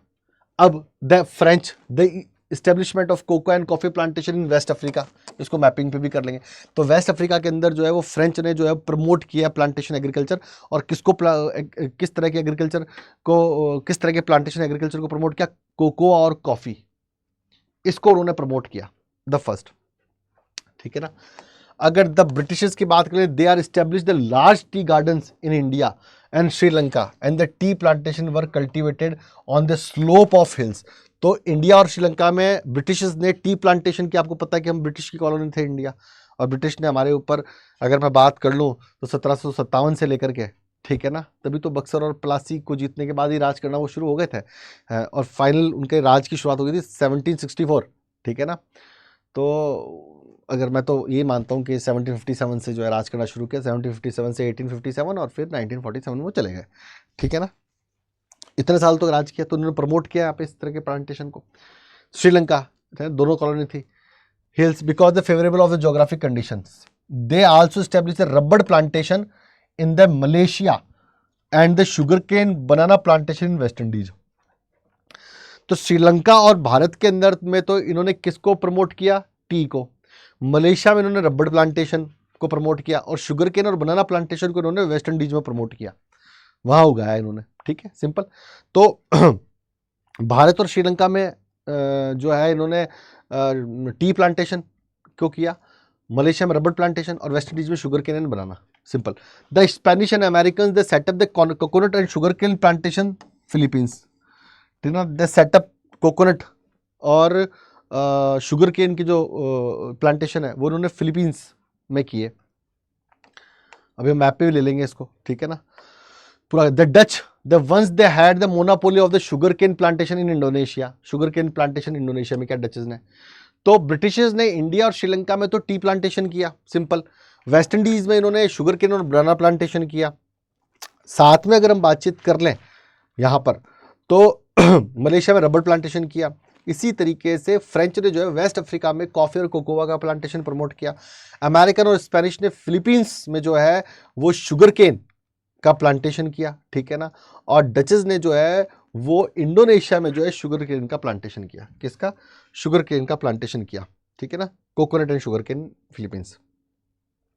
तो देख लेते हैं, तो बात कर ले इंडिया और श्रीलंका में, इंडिया और श्रीलंका के अंदर, इंडिया एंड श्रीलंका के अंदर टी प्लांटेशन हुआ फ्रॉम ब्रिटिशर्स, ठीक है ना। मलेशिया के अंदर जो है वो रबर प्लांटेशन हुआ। वेस्ट इंडीज की मैं बात कर लूं यहां पर, तो वेस्ट इंडीज के अंदर जो है वो बनाना एंड शुगर केन, कहां पर, वेस्ट इंडीज में, जहां पे भी वर्ल्ड कप हुआ है वहां पे, ठीक है, ओके। साथ में अगर हम बात कर लें, डचेस ने इंडोनेशिया के अंदर, डच जो थे उन्होंने इंडोनेशिया के अंदर शुगर केन के प्लांटेशन को प्रमोट किया। साथ में ही वेस्टर्न अफ्रीका के अंदर अगर हम बात कर ले तो फ्रेंच ने, जो फ्रेंच थे, उन्होंने कॉफी के प्लांटेशन को प्रमोट किया। और बात कर ले फिलीपींस की, अगर हम बात करें तो कोकोनट एंड शुगर केन के प्लांटेशन को स्पेनिश और अमेरिकन ने प्रमोट किया। अब तो आपको याद हो ही चुका होगा, ठीक है ना, अब तो मैं श्योर हूं कि आपको याद ही हो चुका होगा, ठीक है। तो इस तरह से प्लांटेशन एग्रीकल्चर हुआ, ठीक है ना। अब बात करेंगे एक्सटेंसिव ग्रेन कल्चर की, है ना, ग्रेन एग्रीकल्चर की। ये क्या है भाई, बहुत बड़े बड़े खेत हैं, हजार बीघा के, 300-300 हेक्टेयर खेत हैं और वहाँ पर खेती की जा रही है। ये खेती, ये एग्रीकल्चर जो है, इसको क्लाइमेट भी सपोर्ट कर रहा है। जैसे नॉर्दर्न अमेरिका की अगर बात करें, कनाडा और यूएसए की, तो वहाँ पर पेरीज के ग्रासलैंड है जहाँ पर गेहूं की खेती अच्छी होती है, वीट की। स्टेपीज जो है आपका यूक्रेन और रशिया वाला जो पूरा पार्ट है, ठीक है ना, जो यूरेशिया में आता है, ये पूरा का पूरा पार्ट जो है, यहाँ पर स्टेपीज के ग्राउंड है, ग्रासलैंड्स, और यहाँ पर वीट की बहुत ज़्यादा प्रोडक्शन होता है, इसलिए इसे ब्रेड बास्केट ऑफ वर्ल्ड भी कहते हैं। अर्जेंटीना में पंपास, दक्षिणी अफ्रीका में वेल्ड, साउथ अफ्रीका में, ऑस्ट्रेलिया में डाउन्स के ग्रासलैंड्स, मैदान, प्लेन्स, और कैंटरबरी है वो आपके न्यूजीलैंड में, ठीक है। कैंटरबरी ये जो है वो आपके न्यूजीलैंड में, ठीक है। तो देखते हैं द इंटीरियर पार्ट, और ये भी क्या है, बहुत बड़े स्केल पे है, लार्ज कैपिटल इसमें लगा हुआ है, ठीक है ना। मैकेनाइज्ड जो है वो एग्रीकल्चर होती है मशीनों से, ठीक है। The part of the semi arid land of the mid latitude suitable for the cultivation and the principal crop of the cultivation is wheat. तो यहां पर जो अगर पूछते हैं एग्जाम में, तो एक्सटेंसिव कमर्शियल एग्रीकल्चर के अंदर अगर हम बात कर ले तो व्हीट जो है वो सबसे इंपॉर्टेंट है। क्या है? व्हीट जो है सबसे ज्यादा इंपॉर्टेंट है, ठीक है, ओके। चले भाई, it is the other crops like a corn, barley, oats and the रे, that due to the large area of the farm, the complete orientation of the cultivation are the mechanized from plugging to the harvesting. The machines such as the combine crew are they able to harvest several hectares of the land in a day. बड़े बड़ी machines लगी होती हैं, ठीक है ना, और एक साथ जो है हार्वेस्ट कर देती हैं खेत को, ठीक है। अब ये खेती जो है यहाँ पर हो रही है पेरीज में, ये खेती जो है वो यहाँ हो रही है स्टेपीज में, ये खेती जो है वो यहाँ हो रही है वेल्ड्स में, ठीक है ना, ये खेती यहाँ हो रही है पंपाज में अर्जेंटीना में, ये एग्रीकल्चर जो है यहाँ हो रही है डाउन्स में, और ये एग्रीकल्चर यहाँ हो रही है कैंटरबरी में, ठीक है ना। यहाँ पर जो है एक्सटेंसिव कमर्शियल ग्रेन जो है वो एग्रीकल्चर हो रही है, ठीक है ना, ठीक है। The low yield per acre but high yield per person, यहाँ पर जो है वो प्रोडक्शन हो रहा है लो यील्ड पर एकड़ और but high yield per person, है ना। लो यील्ड पर एकड़ का मतलब है कि खेत इतने बड़े बड़े हैं कि जब कैलकुलेशन करते हैं, एग्रीकल्चर डेंसिटी निकालते हैं इसकी, तो जो क्वांटिटी वो कम आती है, लेकिन जब हम पर पर्सन क्वांटिटी को कैलकुलेट करते हैं तो बहुत ज़्यादा है, बहुत बड़ा प्रोडक्शन होकर आ रहा है ना, हज़ारों क्विंटल जो है वो पैदा हो रहा है। The cultivation in European steppes, the Canadian American prairies, the pampas of the Argentina valley in South Africa, Australia Downs and Canterbury Plains in New Zealand. अब बात करते हैं मिक्स्ड फार्मिंग की, ठीक है ना। मिक्स्ड फार्मिंग आपको ये दिख रहा है, ये मिक्स्ड फार्मिंग है, ठीक है ना। फसल भी उगा ली, ठीक है ना, जानवर भी पाल लिए, ठीक है, मल्टीपल फसल्स उगा ली, मल्टीपल जानवर भी पाल लिए, ठीक है ना, दूध का भी काम कर रहे हैं, पोल्ट्री भी कर ली छोटी सी। तो ऐसी एग्रीकल्चर एक्टिविटी जहाँ पे मल्टीपल हम लोग फसलें ले रहे हैं, मल्टीपल लाइव स्टॉक रेयरिंग भी हम लोग कर रहे हैं, यहाँ पर जानवर भी पाल रहे हैं मीट के लिए और दूध के लिए, ठीक है ना, तो उसे मिक्स्ड फार्मिंग कहते हैं, ठीक है ना। ये भी जो है ज़्यादातर डेवलप कंट्रीज़ में ही प्रमोटेड हुई है, इंडिया में भी है, लेकिन आपके सिलेबस में हम लोग वर्ल्ड एग्रीकल्चर की ही बारे में बात कर रहे हैं मोस्ट ऑफ टाइम, ठीक है। देख रहे हो ना आप, यहाँ पे देखो ये जानवर भी पाल लिए, खेत भी है, फिर छोटा और खेत है, जानवर भी कर लिए, ठीक है ना, साथ में जो है वो बड़ा सा शेड है, और जो है ग्रास का भी, चारे का भी काम कर रहे हैं, साइलेज वगैरह का, साइलेज मतलब चारे का एक प्रकार होता है, उसका भी यहाँ पर जो है काम चल, मतलब मल्टीपल एग्रीकल्चर एक्टिविटी कर रहे हैं, मल्टीपल एग्रीकल्चर एक्टिविटी चल रही है। तो mixed farming, there is the low yield per acre but high yield per person, ये तो हो गया the mixed farming. In this the farming also with the crop cultivation animal husbandry is also practice, important animals are cattle, sheep, pigs and poultry animals. It is also characteristic by the high capital expenditures, पैसा ज़्यादा लगता है, ठीक है ना। Machinery and building, ठीक है ना, हाई कैपिटल, एक तो ये इंपॉर्टेंट है, हाई कैपिटल इस पर एक्सपेंडिचर है। फिर मशीनरी का इस्तेमाल हो रहा है, जैसा कि उसमें अभी दिखाया चित्र मैंने आपको ग्राफ में, बिल्डिंग द केमिकल फर्टिलाइजर्स, ठीक है ना, एंड ग्रीन मैन्यूअर, ठीक है, and use the extensive in the farms, the farming also need skills and expertise of the farmers, है ना, सबके बारे में जानकारी होनी चाहिए उसको, ठीक है ना। Okay, there are important characteristics the mixed farming, कौन कौन से हैं? There is farm is not in the extensive but the moderate in the size, तो खेत बहुत बड़े नहीं होंगे, मॉडरेट साइज के होंगे, 30 हेक्टर 20 हेक्टर का जो है वो फार्म होगा। Important crop wheat, barley, oats, maize, fodder crops and root crops, the fodder crops are then important component of the mixed farming, मक्का वक्का उगाओ, ठीक है ना, जिसे जानवरों की क्लास, जानवर भी पाले हैं तो जानवरों की भी फूड नीड कंप्लीट करनी पड़ेगी हमको, तो फूडर क्रॉप भी उगाएंगे। Here the crop rotation and intercropping maintain the soil fertility, बदल बदल के फसल बोना, अभी अगर कार्नेल बोली है तो बाद में पल्सेस, तो पल्सेस होंगी तो नाइट्रोजन फिक्शन से सॉइल की फर्टिलिटी बदलेगी। वैसे भी एग्रीकल्चर में ये कहा जाता है कि अगर हम खेती बदल बदल के करते हैं तो उससे सॉइल की फर्टिलिटी जो है वो बनी रहती है नेचुरल तरीके से, ठीक है। The important region where the mixed farming is the practice are the highly developed part of the world, northwestern Europe, eastern North America, part of the Eurasia and temperate latitude और southern continents, ठीक है ना, उसमें ये खेती की जाती है, ठीक है। ओके, तो वेस्टर्न यूरोप की बात करते हैं, western Europe, north eastern USA, ठीक है ना, southern part of the continents, ठीक है ना, इन सब में जो है ये खेती की जाती है, इस तरह की फार्मिंग। अब बात करते हैं डेयरी फार्मिंग की, ठीक है ना, कि डेयरी फार्मिंग क्या होता है, ठीक है ना, कमर्शियली, ठीक है ना, बहुत बड़े रेंचेस में स्पेशलाइज तरीके से, टेक्निकल तरीके से, डिजीज को कंट्रोल करके, अच्छी ब्रीड के साथ में, बड़ा पैसा खर्च करके यहाँ पर जो है वो डेयरी फार्मिंग की जाती है। न्यूजीलैंड, ऑस्ट्रेलिया की बात करेंगे हम लोग, अमेरिका की बात करेंगे, यूरोप की बात करें, डेनमार्क बहुत इंपॉर्टेंट है इसमें, ठीक है ना, उस तरह की फार्मिंग को डेयरी फार्मिंग कहते हैं। और डेयरी फार्मिंग की सबसे बड़ी बात है कि इसमें कभी ऑफ सीजन नहीं होता, क्योंकि दूध तो पूरे साल भर चाहिए, ठीक है ना। और डेयरी फार्मिंग असल में उन एरियाज में की जाती है जो अर्बन और इंडस्ट्रियल सेंटर्स के पास होते हैं, क्योंकि अर्बन और इंडस्ट्रियल सेक्टर में दूध की मांग होती है या डेयरी प्रोडक्ट्स की मांग होती है, तो उनको फुलफिल करने के लिए डेयरी फार्मिंग जो है वो इंडस्ट्रियल या अर्बन सेंटर्स के नज़दीक होती है। कैपिटल ज़्यादा, पैसा ज़्यादा लगता है, लार्ज फार्म्स भी होते हैं, ठीक है ना, और अच्छा खासा इन्वेस्टमेंट चाहिए, और टेक्नोलॉजिकली बड़े साउंड होना चाहिए सिस्टम पूरा। देख रहे हो ना आप, गाय का दूध जो है वो सीधा किससे निकल रहा है, पूरी गायों का दूध बिना हाथ लगाए बिल्कुल साफ सुथरा, पूरा का पूरा दूध जो है वो निकल रहा है मशीनों से, ठीक है ना। दूध के लिए होती है डेयरी फार्मिंग, ठीक है ना, किसके लिए होती है, दूध के लिए होती है dairy farming. Dairy farming, this type of the farming is the most moderate and efficient type of the rearing of the milk animals, दूध देने वाले मिल्क, मतलब it is a highly capital intensive, big investment are the required in this farming, जैसे कि बता चुका हूं मैं। The animal shed, storage facilities, fodder मतलब चारा जो है, grass, the feeding and milching machines which making this a costly activity, the cattle breeding, health care, veterinary services, जो जानवरों का डॉक्टर होता है उसे वेटनरी डॉक्टर कहते हैं, ठीक है। The given the more attention in this type of the farming, this activity the highly labor intensive and is required the extensive care in the feeding and the mulching for the proximity to the neighborhood market where the demand of the fresh milk and dairy product is high. It is mainly practiced near urban and industrial centers, तो ये urban और industrial sector के नज़दीक इसको लगाया जाता है।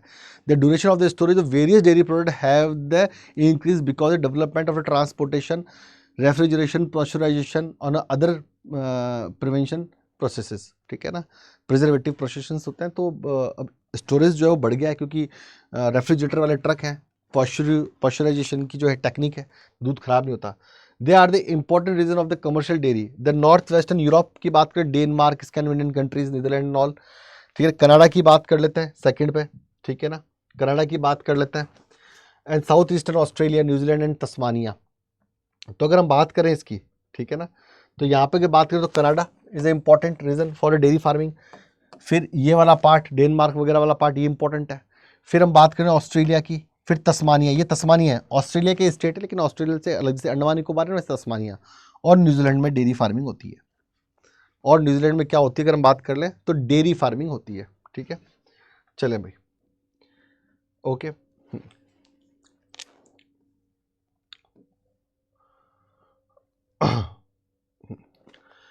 अब हम बात करते हैं मेडिटेरियन एग्रीकल्चर की। Is a very important thing, है ना।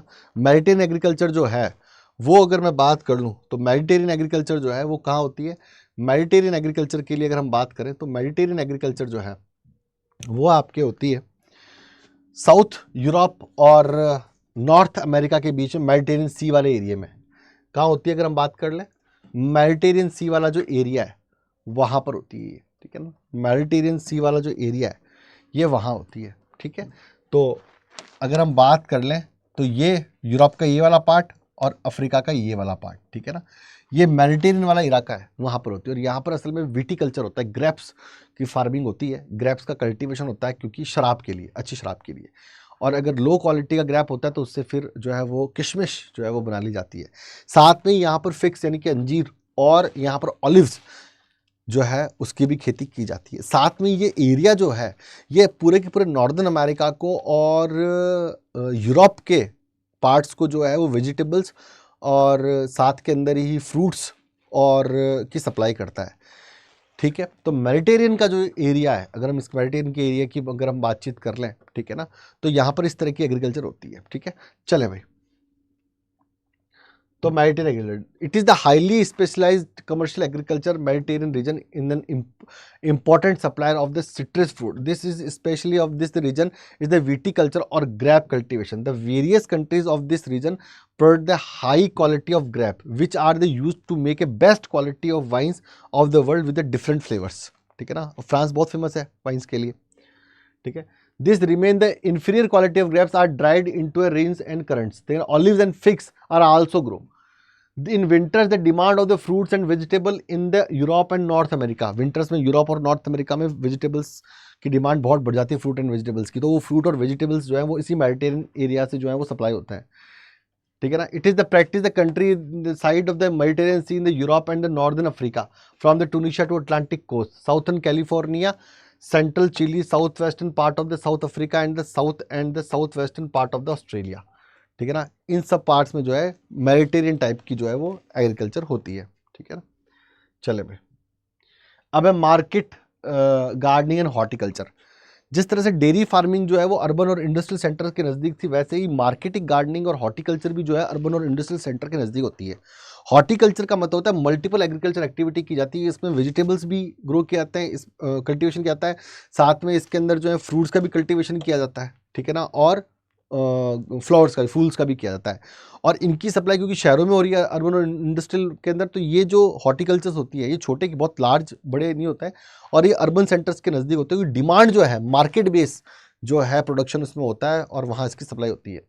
It is the specialized from the agriculture where the high value of crops such as the vegetables, fruits and flowers are grown mainly for the urban centers. The generally farms are the small in the size. ठीक है ना, small होंगे। Moderate किस में होंगे, mix farming में, ध्यान रखना मॉडरेट होंगे। These are the located near such urban centers where there is the good connectivity due to the transportation high demand due to the high income group consumers.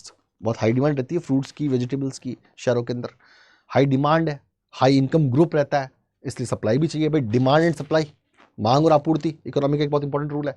Is required the irrigation, high level of the seeds, HVY, high yield variety seeds चाहिए, fertilisers, insecticides, greenhouse and the artificial heating and the colder, artificial heating चाहिए cold region में। तो बड़े बड़े जो है वो green house बना करके जो है बंद कमरे बना करके उनमें खेती की जाती है, ठीक है ना, सप्लाई के लिए।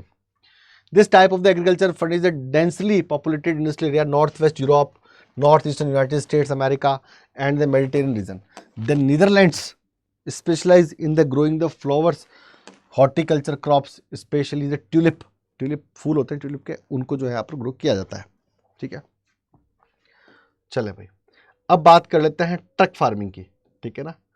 किसकी बात कर लेते हैं, बात कर लेते हैं किसकी, ट्रक फार्मिंग की, ठीक है ना। दो तरह की ट्रक फार्मिंग और फैक्ट्री फार्मिंग, ये दो है भाई।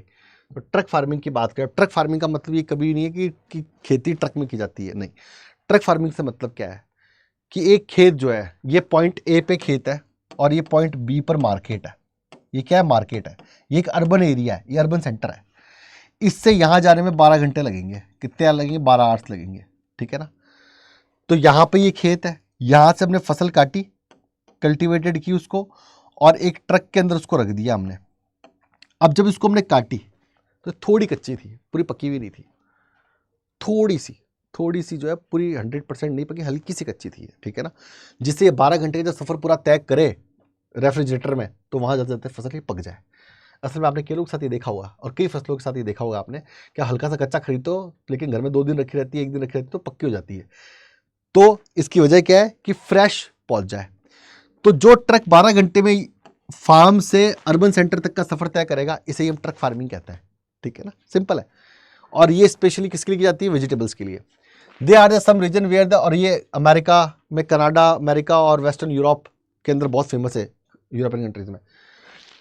The special in the vegetable, this type of the activity is known as a trucking farming. The name is truck farming given due to the fact that the distance of the farm where the crops are grown, truck farmer, from the market is governed by the distance that a transportation truck can cover overnight, ठीक है ना। इसे truck farming कहते हैं। इसका मतलब ये नहीं खेत की जाती है, मतलब जो खेती है वो आपके जो है वो ट्रक में की जाती है, इसका मतलब ये कतई भी नहीं है। फैक्ट्री फार्मिंग क्या है? Poultry farm, pig farm, beef का फार्म, जिसको हम मीट के लिए लेके आए हैं, उसे हम फैक्ट्री फार्मिंग कहते हैं। Commercial live stock rearing is example of the factory farming in simple way. इसमें पोल्ट्री भी शामिल है, इसके अंदर पोल्ट्री भी शामिल है। कमर्शियल लाइव स्टॉक रेयरिंग के अंदर केवल बीफ, गॉट एंड शिप्स और हॉर्स शामिल थे, लेकिन इसमें सब शामिल है, ठीक है ना। Okay, it is the modern type of the farming where the livestock, particularly poultry and the cattle rearing, are done the animal and kept in the stall in pens and fed on the manufactured feed stuff and protect against the disease, ठीक है ना। Infrastructure and machinery are required this farming, which include the bundling machinery for the various operation, veterinary services and the heating and the lighting. This infrastructure adds to heavy capital investment in this activity, ठीक है ना। Okay, the main feature of this the poultry farm and cattle rearing, breed selection and the scientific breeding. Scientific breeding की जाती है, अच्छी breed हो, जितनी अच्छी ब्रीड होगी उतने अंडे देगी, जितनी अच्छी ब्रीड होगी उतना अच्छा मांस देगी, ठीक है ना। तो वेटनरी सर्विसेज चाहिए, अच्छी बिल्डिंग चाहिए, टेक्नोलॉजी चाहिए, कैपिटल, वास्ट अच्छा कैपिटल चाहिए। तो हम देखते हैं यहाँ पे, ये देखो, ये फैक्ट्री फार्मिंग है। ऐसे ही भैंसे बैठा दो, गाय बैठा दो, ये पोल्ट्री फार्म की फैक्ट्री, इसे फैक्ट्री फार्मिंग कहते हैं। इसे क्या कहते हैं हम लोग? इसे हम फैक्ट्री फार्मिंग कहते हैं भाई, ठीक है ना। इसे हम क्या कहेंगे? इसे हम फैक्ट्री फार्मिंग कहेंगे इन सिंपल मैनर, ठीक है ना। चले भाई, अब बात करते हैं कोऑपरेटिव फार्मिंग की, ठीक है ना, कि कोऑपरेटिव फार्मिंग क्या है, ठीक है ना। कोऑपरेटिव फार्मिंग की बात कर ले तो स्कैंडिनेवियन कंट्रीज के अंदर, इटली के अंदर, नीदरलैंड्स में कोऑपरेटिव फार्मिंग होती है, खास करके यूरोप में। इसमें छोटे छोटे खेतों को जोड़ करके बड़ा खेत कर लिया जाता है, एक बड़ा फार्म बना लिया जाता है, ठीक है ना। उसे हम कोऑपरेटिव फार्मिंग कहते हैं। डेनमार्क में कोऑपरेटिव फार्मिंग बहुत ज़्यादा जो है सक्सेसफुल है। This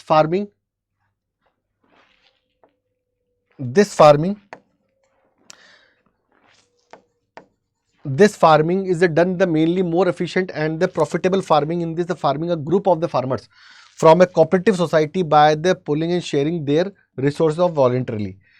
In this farming the individual farms remain the unbroken and the farm is a matter do of the cooperative initiative. The cooperative society is, फिर cooperative society बना लेते हैं, सब लोग अपने खेत को जोड़ लेते हैं और एक cooperative society बना लेते हैं, ठीक है ना। फिर एक तरह से बिजनेस करते हैं ये, और फिर सब पैसा कमाते हैं। मान लो किसी के पास 3 बीघा खेत था, 4 बीघा खेत था, 50 किसान छोटे छोटे खेत हैं, लेकिन सब किसानों ने अपनी जमीन जोड़ दी और 150 बीघा खेत हो गया। अब 30 बीघा में सरसों उगा ली, 30 बीघा में ये कर लिया, 20 बीघा में ये कर लिया, 10 बीघा में एक बहुत बड़ा फैक्ट्री फार्म खोल लिया, पोल्ट्री कर ली, तो बहुत सारा पैसा कमा लेंगे सब मिल करके, ठीक है ना। This cooperative societies help the farmer buy the all important inputs necessary for the farming. This is society also help the farmer to sell the product at the most favorable terms of the farmer. Also get help from this society to the processing on the quality product on cheaper rates. So cooperative movement started over a century ago. It is successful in the many Western European countries like a Denmark, like a Netherlands, Belgium, Sweden and Italy. ठीक है ना, Denmark, Netherlands, Belgium, Sweden and Italy. Okay, and the movement was cooperative has been the most successful in Denmark where the every single farmer is a member of the cooperative, ठीक है ना। तो Denmark बहुत successfully. अब collective farming जो government करवाती है USSR में, अब नहीं होता, अब तो यूएसएसआर टूट गया 1991 के बाद में। तो वहाँ पर सब लोगों की ज़मीन लेकर के और उसे सोशलाइज करके ज़मीन को, ठीक है ना, और फार्मिंग की जाती है। इसे कोल खोज कहते हैं, यूएसएसआर में, ठीक है ना। इसे क्या कहते हैं, कोल खोज कहते हैं, ठीक है। The farming there is the emphasis on the social ownership of this meaning of the production and the collective labor. It is based on the model of the kolkhoz that was the introduced in USSR.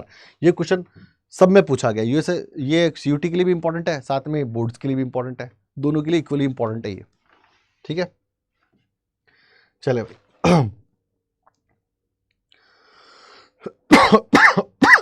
अब बात करते हैं mining की, ठीक है ना। Last agriculture हो गई अपना, हंटिंग गैदरिंग हो गई अपनी, अब बात करते हैं माइनिंग की, ठीक है ना। Mining, surface mining and underground mining दो तरह की होती है। सरफेस माइनिंग तब की जाती है जब मिनरल्स सतह के ऊपर होते हैं, क्रस्ट पर होते हैं, लेयर के ऊपर होते हैं, तो सरफेस माइनिंग कर लेंगे। सरफेस माइनिंग बहुत सस्ती होती है, बहुत चीप लेबर चाहिए होती है, ठीक है ना, और रिस्क भी नहीं होती।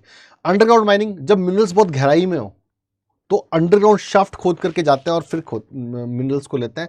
अंडरग्राउंड माइनिंग जो है वो महंगी पड़ती है, कॉस्टली है, रिस्क बहुत है और लेबर का कॉस्ट भी बहुत आता है, ठीक है।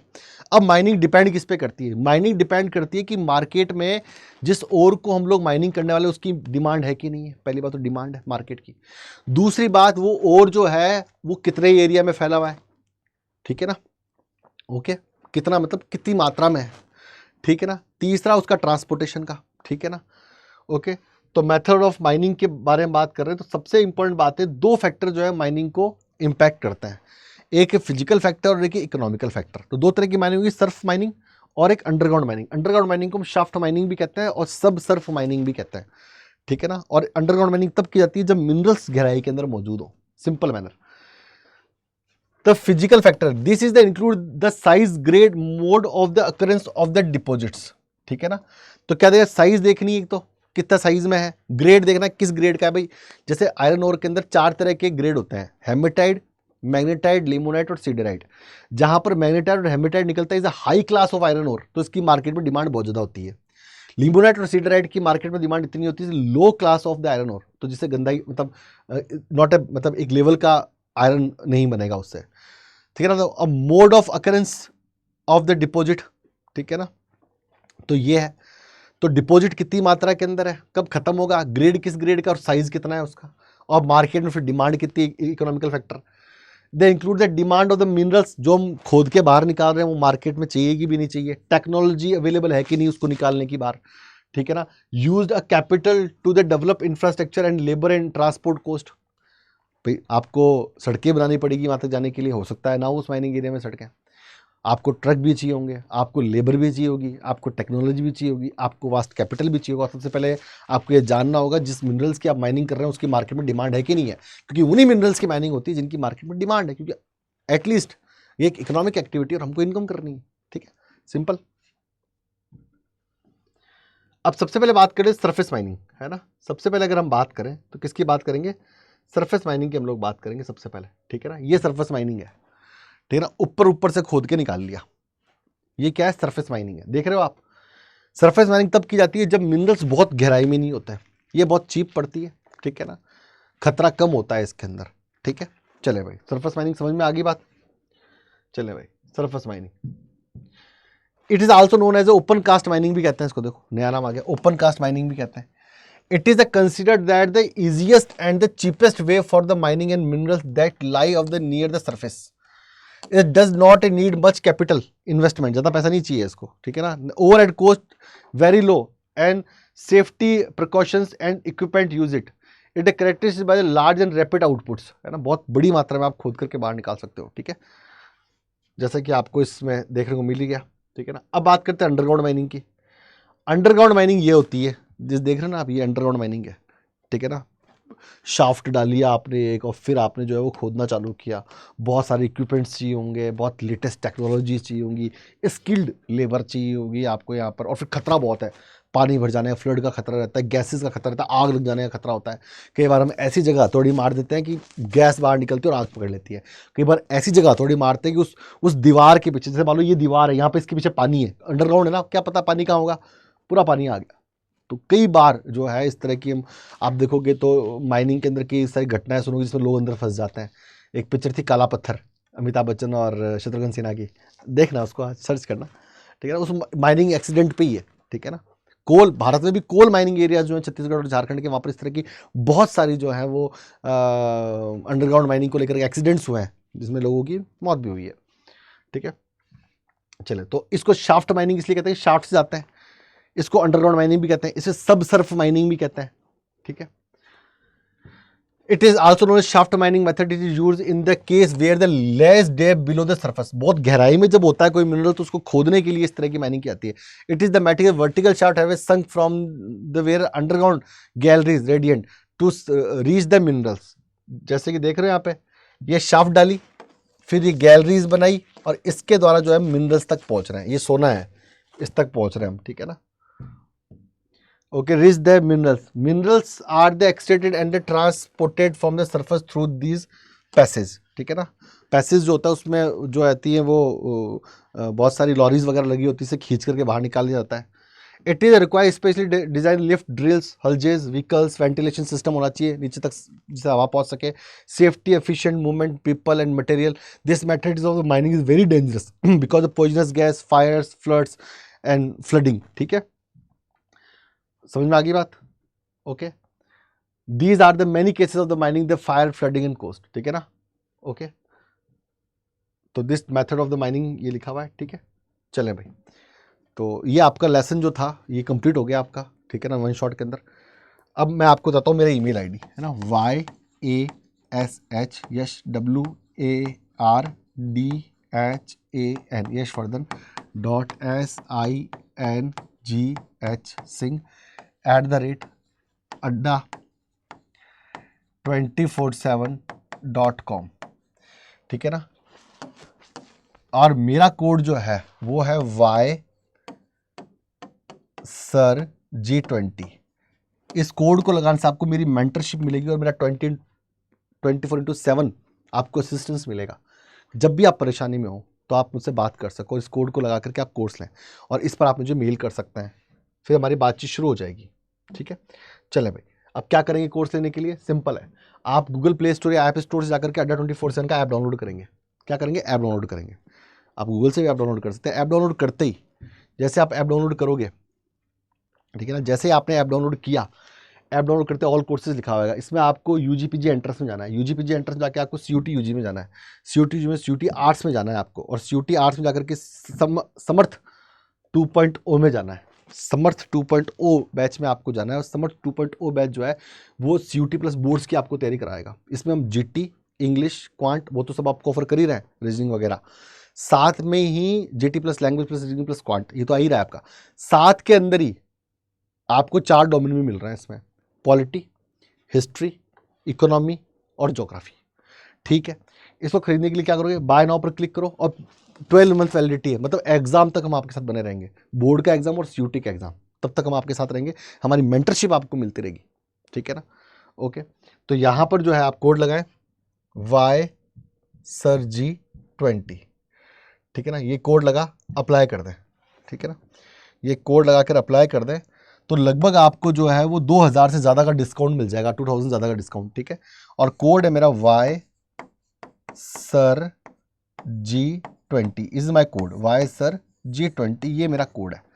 YSIRG20 जो है ये मेरा कोड है। ठीक है ना, Y मतलब यश, वर्धन सर, G20, पर लेकिन आपको Y लेना है सर G20।